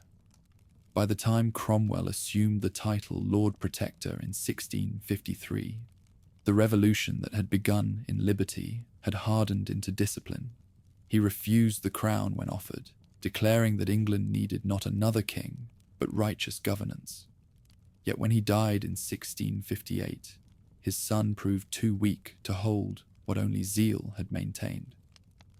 The army fractured, Parliament quarrelled, and the people, tired of saints, longed for a sinner with a crown. Thus, after 11 years of republican experiment, the wheel turned full circle. In 1660, the exiled heir, Charles II, returned from France to a nation that welcomed him as both penitent and saviour. The bells that had once tolled for his father's death now rang for his restoration. Banners fluttered, wine flowed, and the streets of London echoed with laughter and forgiveness. The monarchy had fallen to principle and risen by exhaustion. England had learned that freedom without stability was as perilous as power without restraint. A generation had lived without a king, and discovered that, for better or worse, the crown was not merely a symbol, but the spine of the realm. The May morning that greeted Charles II's return shimmered like a vision after a long fever. London was alive with banners, garlands, and the peal of bells that had not sounded together in a generation. The king rode through the cheering crowds with an ease that seemed almost theatrical, his dark curls gleaming beneath a wreath of laurel. "It is my own fault I stayed away so long," he jested, and the laughter that followed washed away a decade of silence. The realm, weary of sermons and swords, welcomed pleasure as its new gospel. Yet beneath the laughter lingered caution. The memory of his father's scaffold shadowed every smile. Charles had learned the lessons of exile, that kings could die by law, and that forgiveness was cheaper than vengeance. His first act was amnesty, oblivion, he called it, though the word could not resurrect the dead. Only those who had signed his father's death warrant paid the ultimate price. For the rest, time would suffice. The restoration was not triumph so much as reconciliation by fatigue. Charles's court became the mirror opposite of Puritan austerity. Masques and plays reopened. Taverns spilled laughter into midnight streets. The theatre found its voice again in wit as sharp as the swords of its audience. The king himself moved among his courtiers like a man who understood charm as a weapon. Poets praised him, mistresses consoled him, and Parliament, flattered by his patience, granted him funds to rebuild a realm that had forgotten how to rejoice. But joy proved costly. The Great Plague of 1665 darkened the streets with carts of the dead. A year later, the Great Fire devoured the city's heart, leaving smouldering ruins where medieval London had stood. From that ash rose Christopher Wren's new skyline, its domes and spires proclaiming rebirth rather than ruin. The monarchy, like the city, survived by adapting to what it could not control. Still, the Restoration's brilliance masked deeper tensions. Beneath the revels and rebuilt churches simmered the same old struggle. Crown against Parliament, freedom against fear. Charles ruled with elegance, but not with money. Parliament's purse had become the leash that kings could no longer cut. To secure funds, he bargained with policies, selling influence as his father had once claimed by right. His secret dealings with Louis XIV of France, trading subsidies for promises of Catholic sympathy, poisoned trust. When his brother James, a declared Catholic, stood next in line to the throne, even celebration could not drown the murmur of anxiety. Charles died in 1685, receiving Catholic rites on his deathbed. His brother inherited the crown as James II, and with him came the old spectre of absolutism. At first, England endured him. The wounds of civil war were still too vivid. The people longed for peace more than principle, but James mistook patience for approval. He placed Catholics in high office, raised a standing army commanded by papist officers, and issued declarations of indulgence that seemed to grant liberty of conscience, but reeked of manipulation. Even loyal Anglicans began to whisper that divine right could not mean divine folly. In 1688, whispers became resolve. A coalition of nobles, Tories and Whigs alike, sent a letter across the Channel to James's Protestant daughter, Mary, and her husband, William of Orange, ruler of the Dutch Republic. They invited them to land in England for the preservation of religion and the laws. William accepted with quiet precision.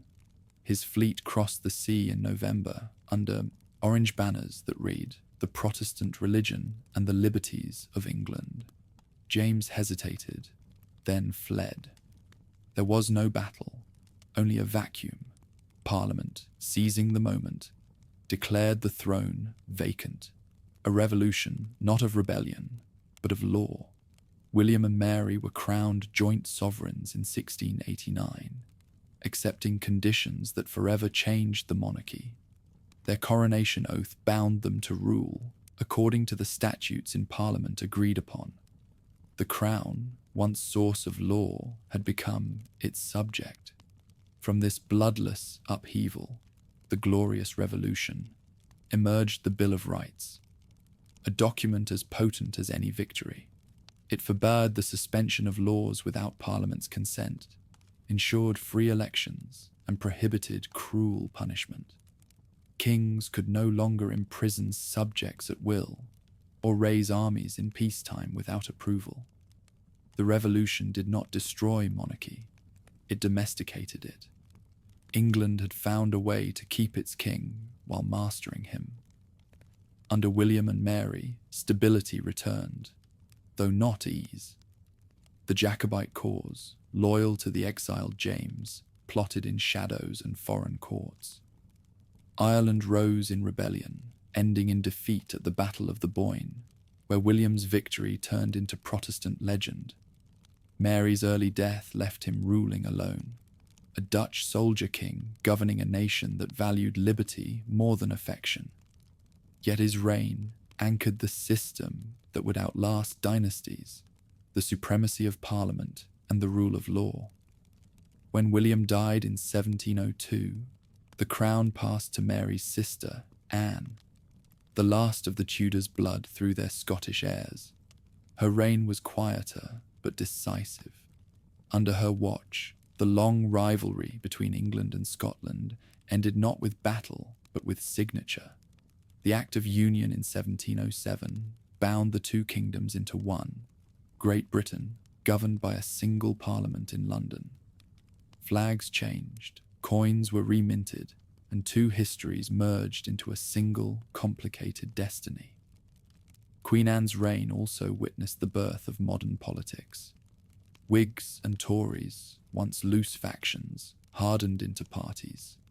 Pamphlets, newspapers, and coffee houses turned public opinion into a new force, something no Tudor king or Stuart divine had ever faced. The monarch could no longer shape truth. Truth, printed and argued, now shaped the monarch. Yet Anne, cautious and devout, managed to keep her balance. She presided over military triumphs abroad, most notably the Duke of Marlborough's victories in the War of the Spanish Succession, which lifted Britain among Europe's powers. But her private life was shadowed by loss. 17 pregnancies yielded no surviving heir, and with her death in 1714, the Stuart line came to its natural end. Parliament, unwilling to risk another Catholic restoration, had already chosen the next ruler. George of Hanover, a German prince descended from James I's Protestant daughter. He barely spoke English, yet he carried the authority of law, not lineage. When George I arrived in London, escorted by ministers rather than armies, few cheered, but none rebelled. The experiment was complete.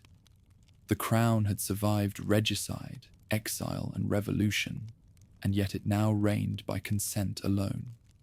Kings ruled through Parliament, ministers governed in their name, and the people, through their representatives, had claimed the right to shape the destiny of the realm. The monarchy, once a sword, had become a scepter, a symbol of continuity rather than command. But in that transformation lay its endurance. Out of war, faith, and compromise, England had forged something new, a government not of divine decree, but of shared power, where the voice of the governed could no longer be silenced by the will of one.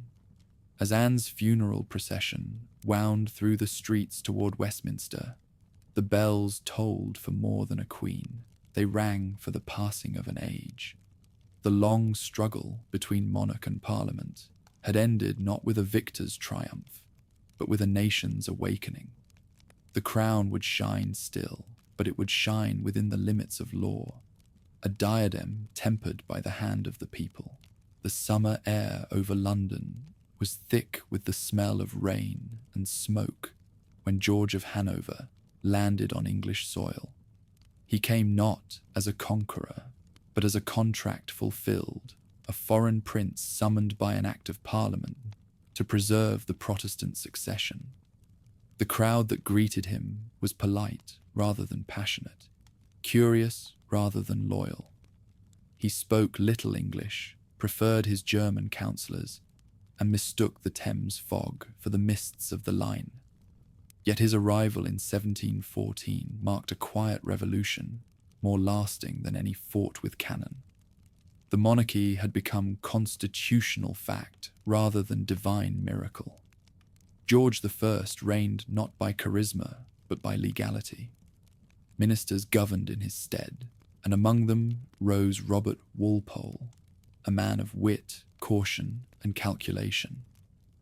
From his modest house in Downing Street, soon to become the seat of government, Walpole managed the affairs of the realm with patient mastery. He soothed Parliament with patronage, balanced the treasury through trade, and kept the peace by avoiding war. Let sleeping dogs lie, he advised, and in the silence of that maxim, Britain learned stability. The king, meanwhile, returned often to Hanover, leaving his ministers free to rule. The court that had once dictated law now followed it. Parliament, once an instrument of monarchy, had become the instrument of governance itself. The transformation was subtle, but complete. Britain had entered the age of cabinet government, where policy was shaped by persuasion rather than command. When George II inherited the throne in 1727, he inherited also the machinery that bound crown and parliament together. He was more English than his father, more fiery and far more willing to fight. Under his reign, Britain's armies clashed with France from the fields of Europe to the forests of America. At Dettingen, the king himself led troops into battle, the last British monarch to do so. The old valour still burned, but it was now harnessed to a growing empire rather than personal glory. Across the Atlantic, colonies stretched from New England to Georgia, each bound by trade, loyalty, and an increasing sense of self. Merchants in London grew rich on sugar, tea, and tobacco. Ships sailed from Bristol and Liverpool, carrying goods outward and slaves inward, linking Britain to a trade in human lives that would one day demand atonement. The empire was expanding, but so too were the contradictions that would test its conscience. When George III ascended in 1760, he was young, earnest, and determined to be more than a figurehead. Born and educated in this country, he declared, I glory in the name of Britain. His pride was genuine, his resolve unbending. Yet the Britain he sought to rule was no longer the one his forebears had inherited. Parliament was powerful, parties divided, and the press unrelenting. Across the ocean, a restless spirit of independence was stirring among the colonists who called him king, but demanded the rights of Englishmen. The spark came from taxes levied without representation. What began as protest turned to defiance, then to war. By 1776, the American colonies had declared their independence, their signatures on parchment echoing the principles once used to humble English kings. George regarded the rebellion as personal betrayal. His ministers saw it as political miscalculation. For 8 years, Britain fought to reclaim what distance and pride had already lost. When the Treaty of Paris recognized the United States in 1783, an empire seemed to die, but only so that another might be born. In the East, British traders, under the banner of the East India Company, were transforming commerce into conquest. Bengal fell, then Mysore, then the Maratha Confederacy. Soldiers in red coats ruled where merchants had bargained. The revenues of India replaced those lost in America. Its riches gilded the crown that had weathered humiliation. Yet behind the triumph marched unease. The empire's victories were purchased not only with gold, but with moral debt, a reckoning that later generations would struggle to pay. At home, the late 18th century was a season of intellect and upheaval. Coffee houses hummed with debate. Pamphlets fluttered through the air like migrating birds. The Enlightenment, born on the continent, found in Britain a fertile audience. Science, reason, and reform challenged tradition at every turn. Yet just as minds opened, the world trembled. In 1789, the French Revolution erupted, a declaration of liberty written in blood. Britain watched as kings were dethroned, priests exiled, and the guillotine replaced the cross.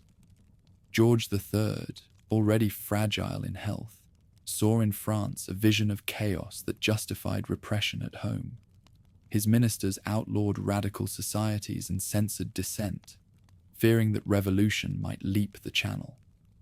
The wars that followed consumed Europe for a generation. From the smoke of those battles rose a new name, Napoleon.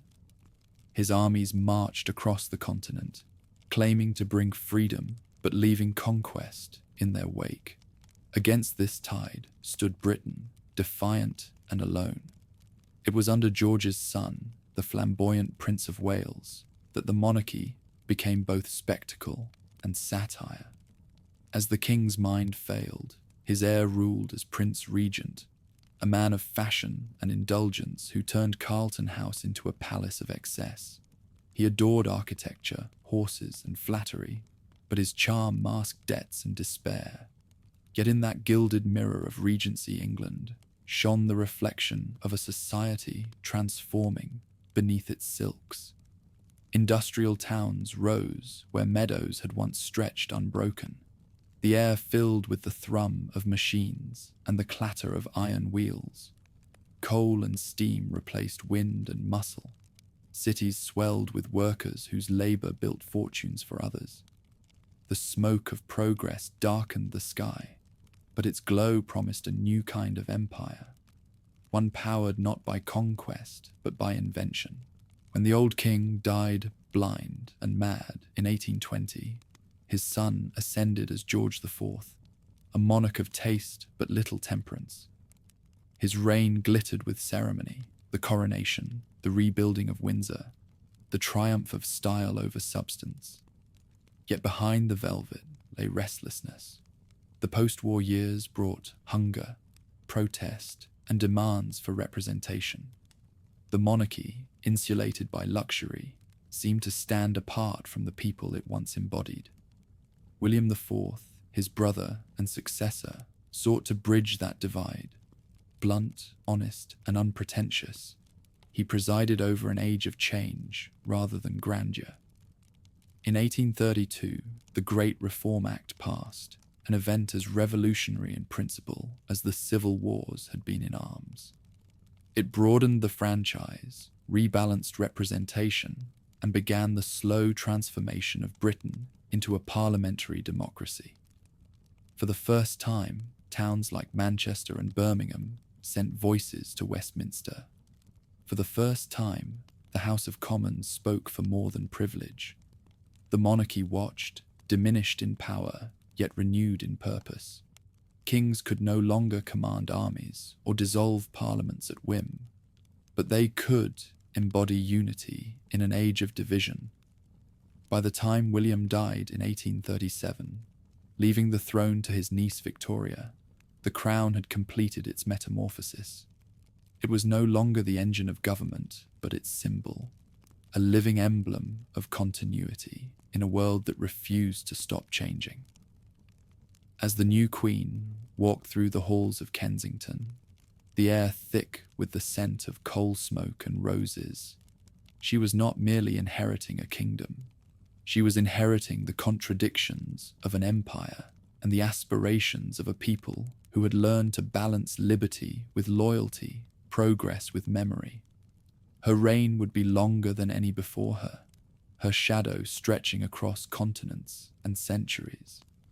The medieval crown had become modern, no longer a sword but a conscience, no longer the master of Parliament but its mirror. And beneath its polished gold, the pulse of the industrial age beat steadily toward a future that would test both empire and queen. Rain whispered against the windows of Kensington Palace as dawn broke on June 20th, 1837. Inside, a messenger knelt before a girl of 18 and addressed her as Your Majesty. Victoria rose from her chair, trembling yet composed, aware that the weight of centuries had settled upon her small frame. She had inherited not merely a crown, but the destiny of an empire that spanned the globe. The early years of her reign unfolded like the opening of a new chapter in an ancient chronicle. Britain was no longer the island of feudal lords, or even the court of perfumed monarchs. It was the workshop of the world, humming with iron and steam. Factories poured smoke over cities whose names had become synonyms for power: Manchester, Birmingham, Glasgow. The hum of progress was relentless, and the young queen became its emblem, modest, dutiful, and deeply conscious of the moral authority the crown could wield in an age no longer awed by divine right. Her marriage in 1840 to Prince Albert of Saxe-Coburg-Gotha transformed her life and her monarchy.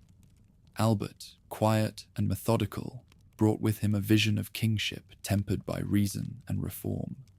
Together they sought to reshape the crown into something both domestic and exemplary, a family monarchy, moral rather than martial. Their household at Windsor and later at Osborne became the model of middle-class virtue, a domestic tableau that reassured a nation uneasy with wealth's new inequalities. Albert's influence extended beyond the hearth. He championed education, science, and industry, believing that progress was the truest mark of divine favor.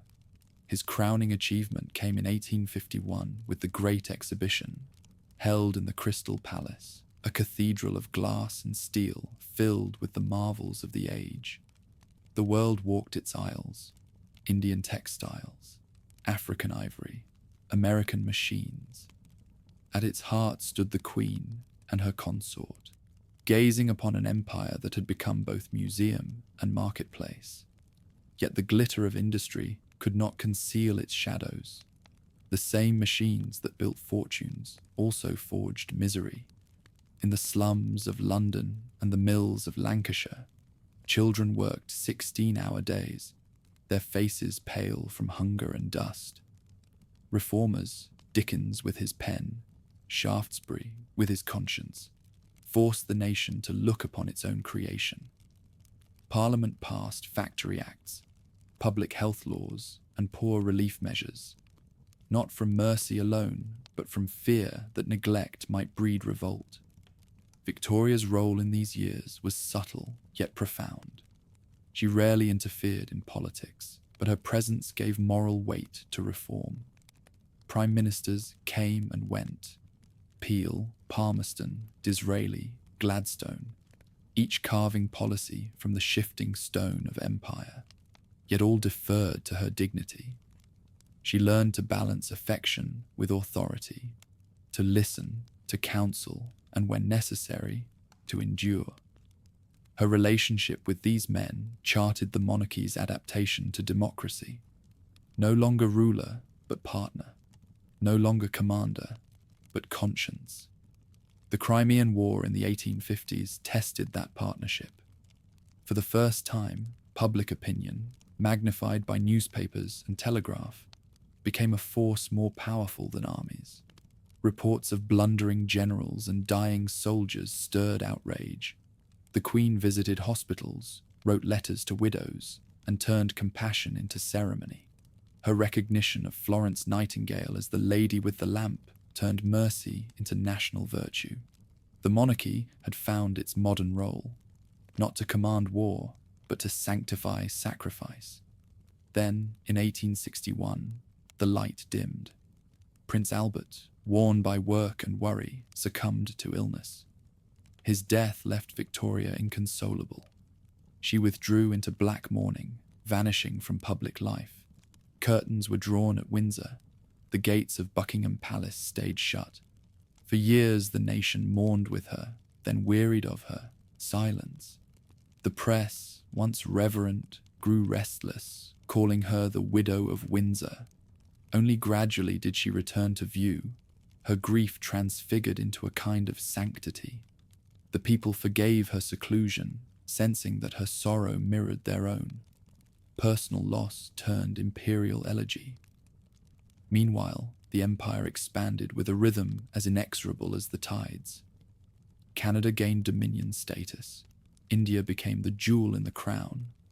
Africa's map was carved by British ambition and rival European greed. Steamships and telegraphs shrank the world. Missionaries and merchants carried the Union Jack to jungles and deserts where the sun itself never seemed to set. The empire's reach was vast, but so was its burden. Famine in Bengal, rebellion in Delhi, massacre in Amritsar, all revealed the moral contradictions of dominion.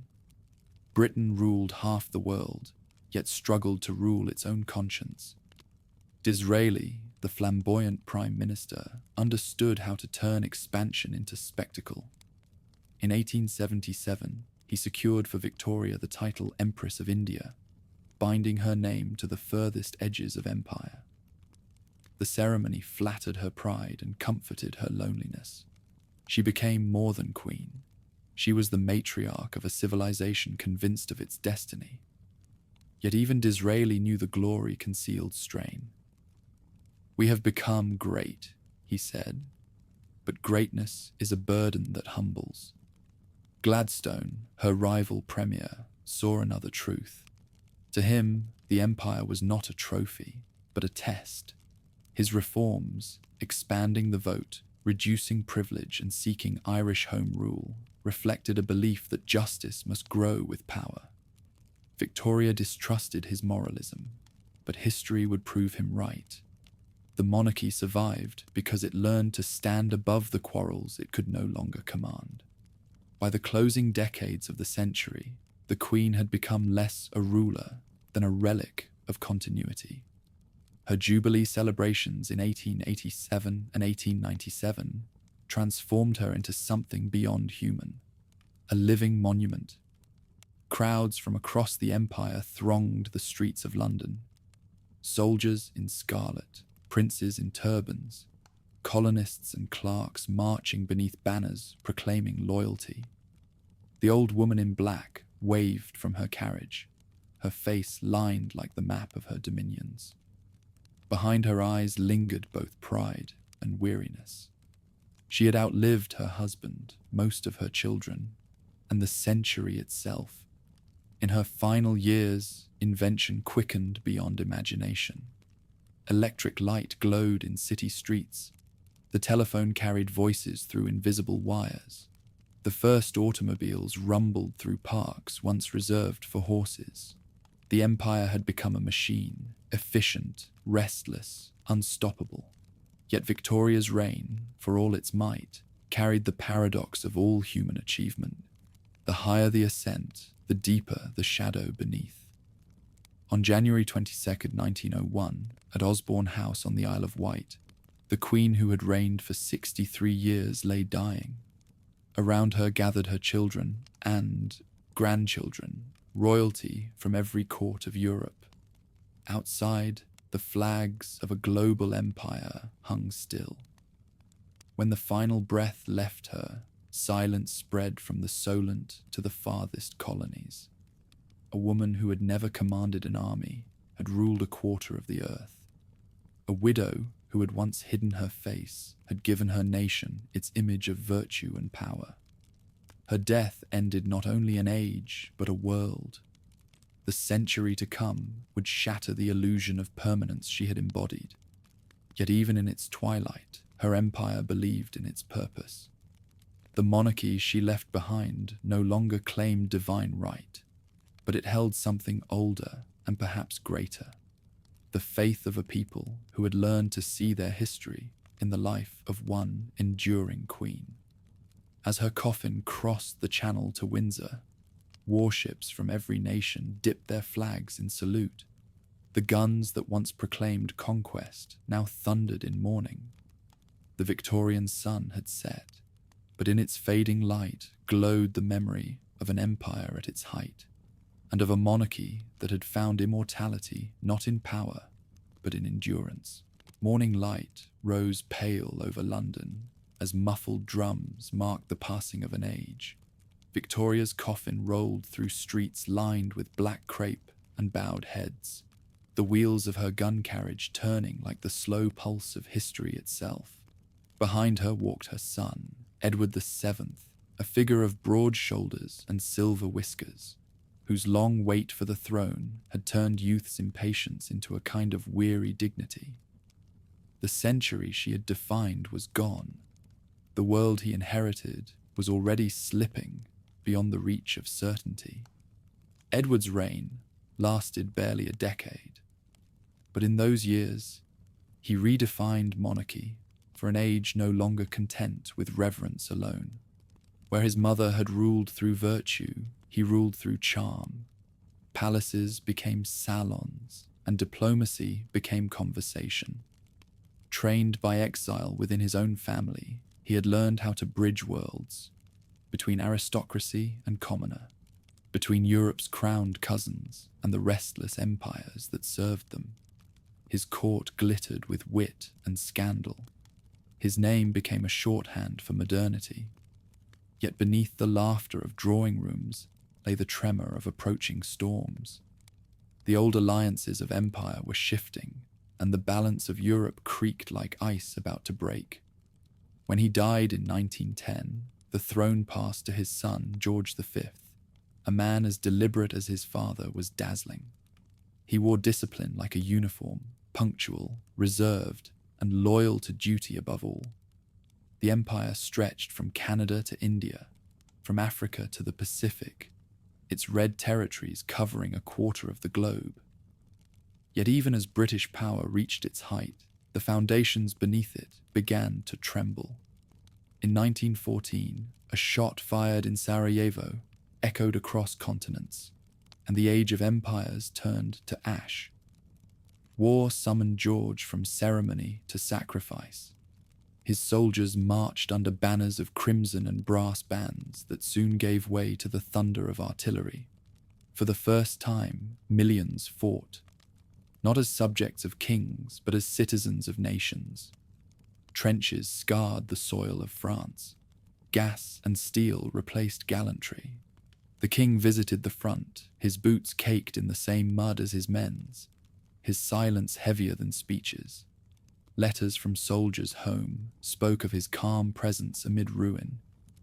He said little, one wrote, but he stood with us, and it was enough. The conflict changed more than battlefields. It altered the very meaning of monarchy. The slaughter of crowned cousins, the Russian Tsar executed, the German Kaiser exiled, made George's restraint appear almost sacred. In 1917, he changed his family's name from Saxe-Coburg and Gotha to Windsor, a gesture both symbolic and necessary in a war where German heritage had become a liability. The decision bound the crown to the soil of England more securely than any proclamation. The House of Windsor was born from smoke and survival. When peace came in 1918, it felt less like triumph than exhaustion. Britain had won the war, but lost its innocence. An entire generation lay buried from Ypres to Gallipoli. Women who had worked in factories and hospitals now demanded voices equal to their labor. Suffrage followed, not as gift, but as acknowledgement. The empire still stood, but the cracks widened.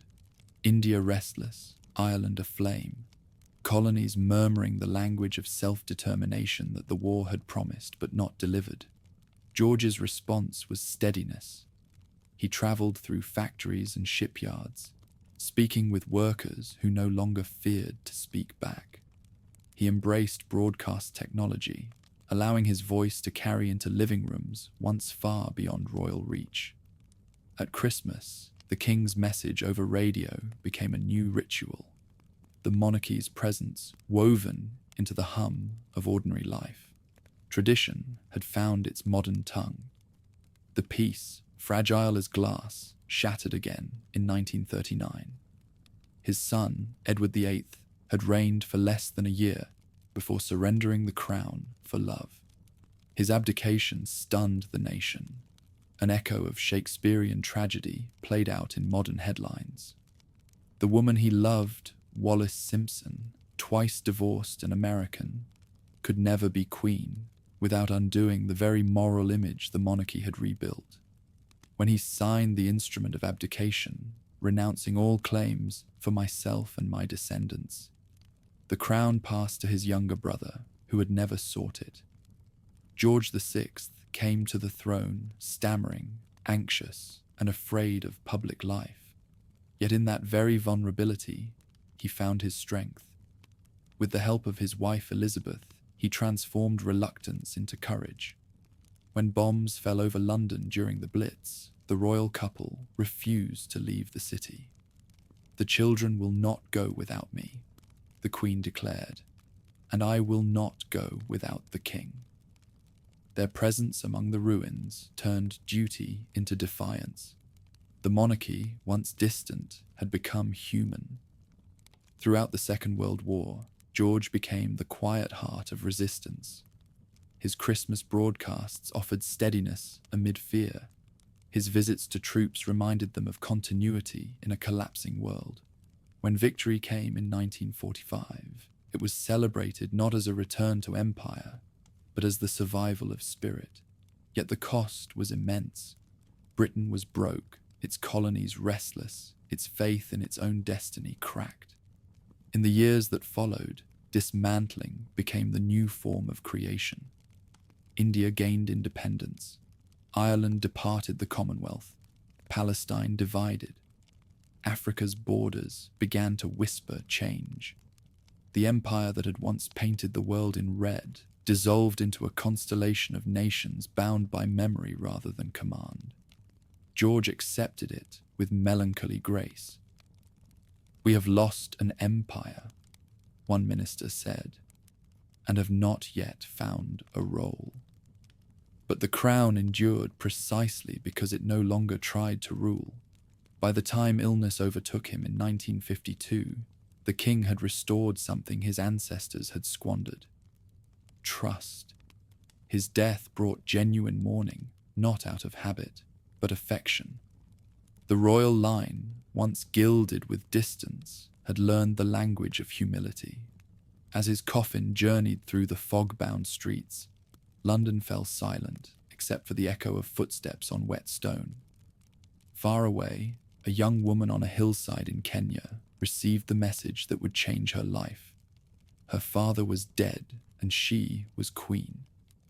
Elizabeth II, crowned amid the fading embers of empire, would inherit not dominion, but endurance, the ancient task of keeping a symbol alive in an age that no longer believed in symbols.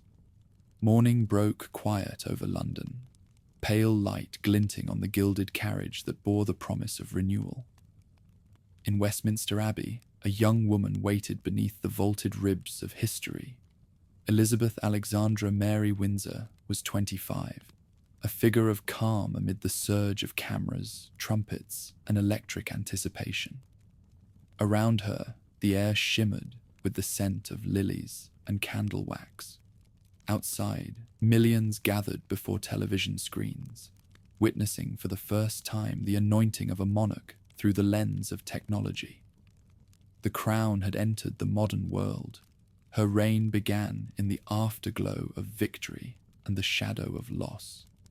The empire that had once girdled the world was dissolving into independence. Britain itself was exhausted, rationed, rebuilding. Yet Elizabeth's composure gave shape to endurance. She did not seek to command, but to steady, a sovereign whose greatest act was consistency.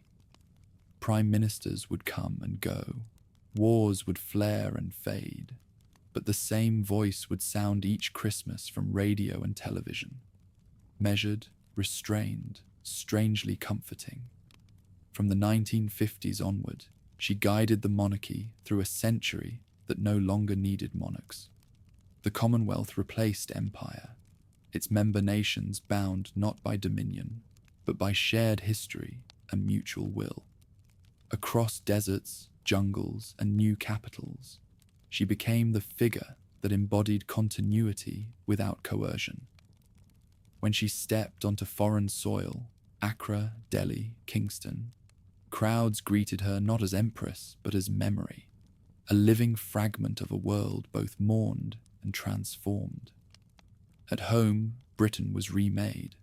Tower blocks rose where terraces had stood, and the old hierarchies of class gave way to the noise of democracy. Cameras captured her on horseback at Trooping the Colour, walking her corgis through Windsor Park, or laughing beside her husband in Balmoral's grey hills. The monarchy that had once hidden behind palace walls had learned to live in full view. The golden thread of ritual endured, but its tone softened. Less command, more presence. Less divinity, more discipline. The storms came, as they always do. The 1970s brought economic turmoil, IRA bombs and strikes that left cities in darkness.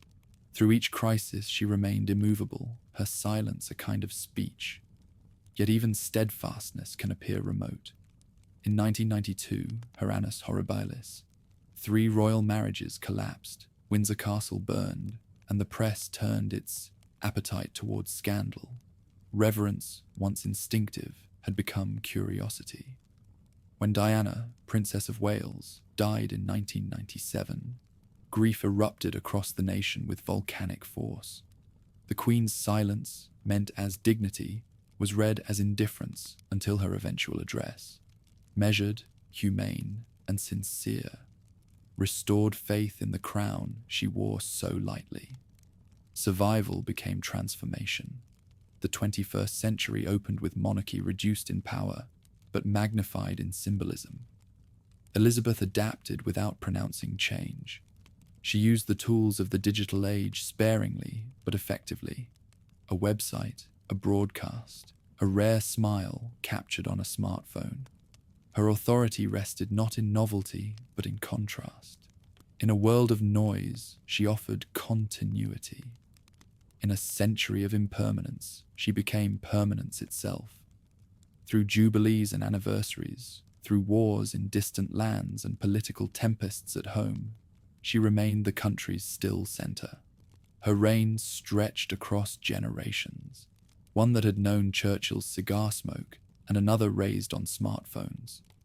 When she greeted new prime ministers, it was less ceremony than rhythm, an unbroken beat in the music of national life. By the time of her Platinum Jubilee, she had reigned for 70 years, longer than any monarch in British history. When death came in September 2022, the news passed through phones and screens faster than bells could toll. London fell silent in a way it had not for decades. Crowds lined the streets for miles, waiting through the night to glimpse her coffin in Westminster Hall. Nurses, soldiers, and schoolchildren passed beneath the ancient roof in a quiet pilgrimage that transcended faith or politics. In their faces, one could see why monarchy still endured. It provided a moment where history and humanity touched. Her son had waited longer for the crown than any heir in British history. Charles III began his reign not as conqueror, but as custodian.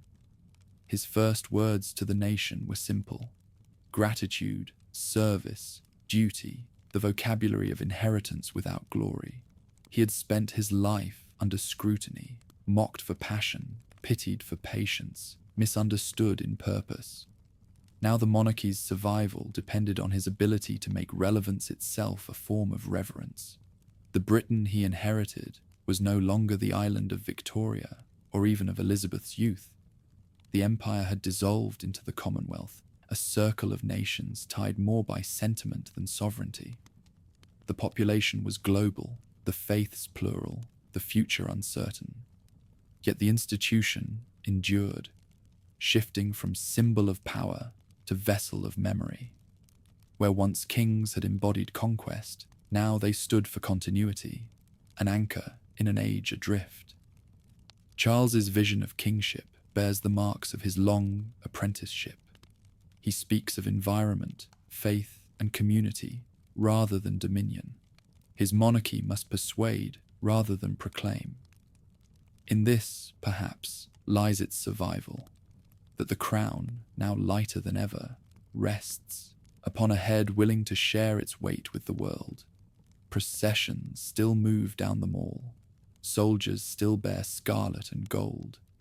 Yet the meaning beneath the pageantry has changed. The crown no longer claims to rule. It exists to remind. It reminds that time can be endured with dignity, that tradition can adapt without vanishing. From Victoria's empire to Elizabeth's Commonwealth to Charles's uncertain modernity, the British monarchy has persisted by surrendering power while perfecting presence. It has become not the engine of history, but its witness. And as dusk gathers over the Thames and the Abbey bells fade into the hum of the city, the crown endures, no longer an emblem of dominion, but of memory. In its polished gleam lies the echo of every oath, every coronation, every silent nod between ruler and ruled. The age of empire has ended. The age of continuity remains.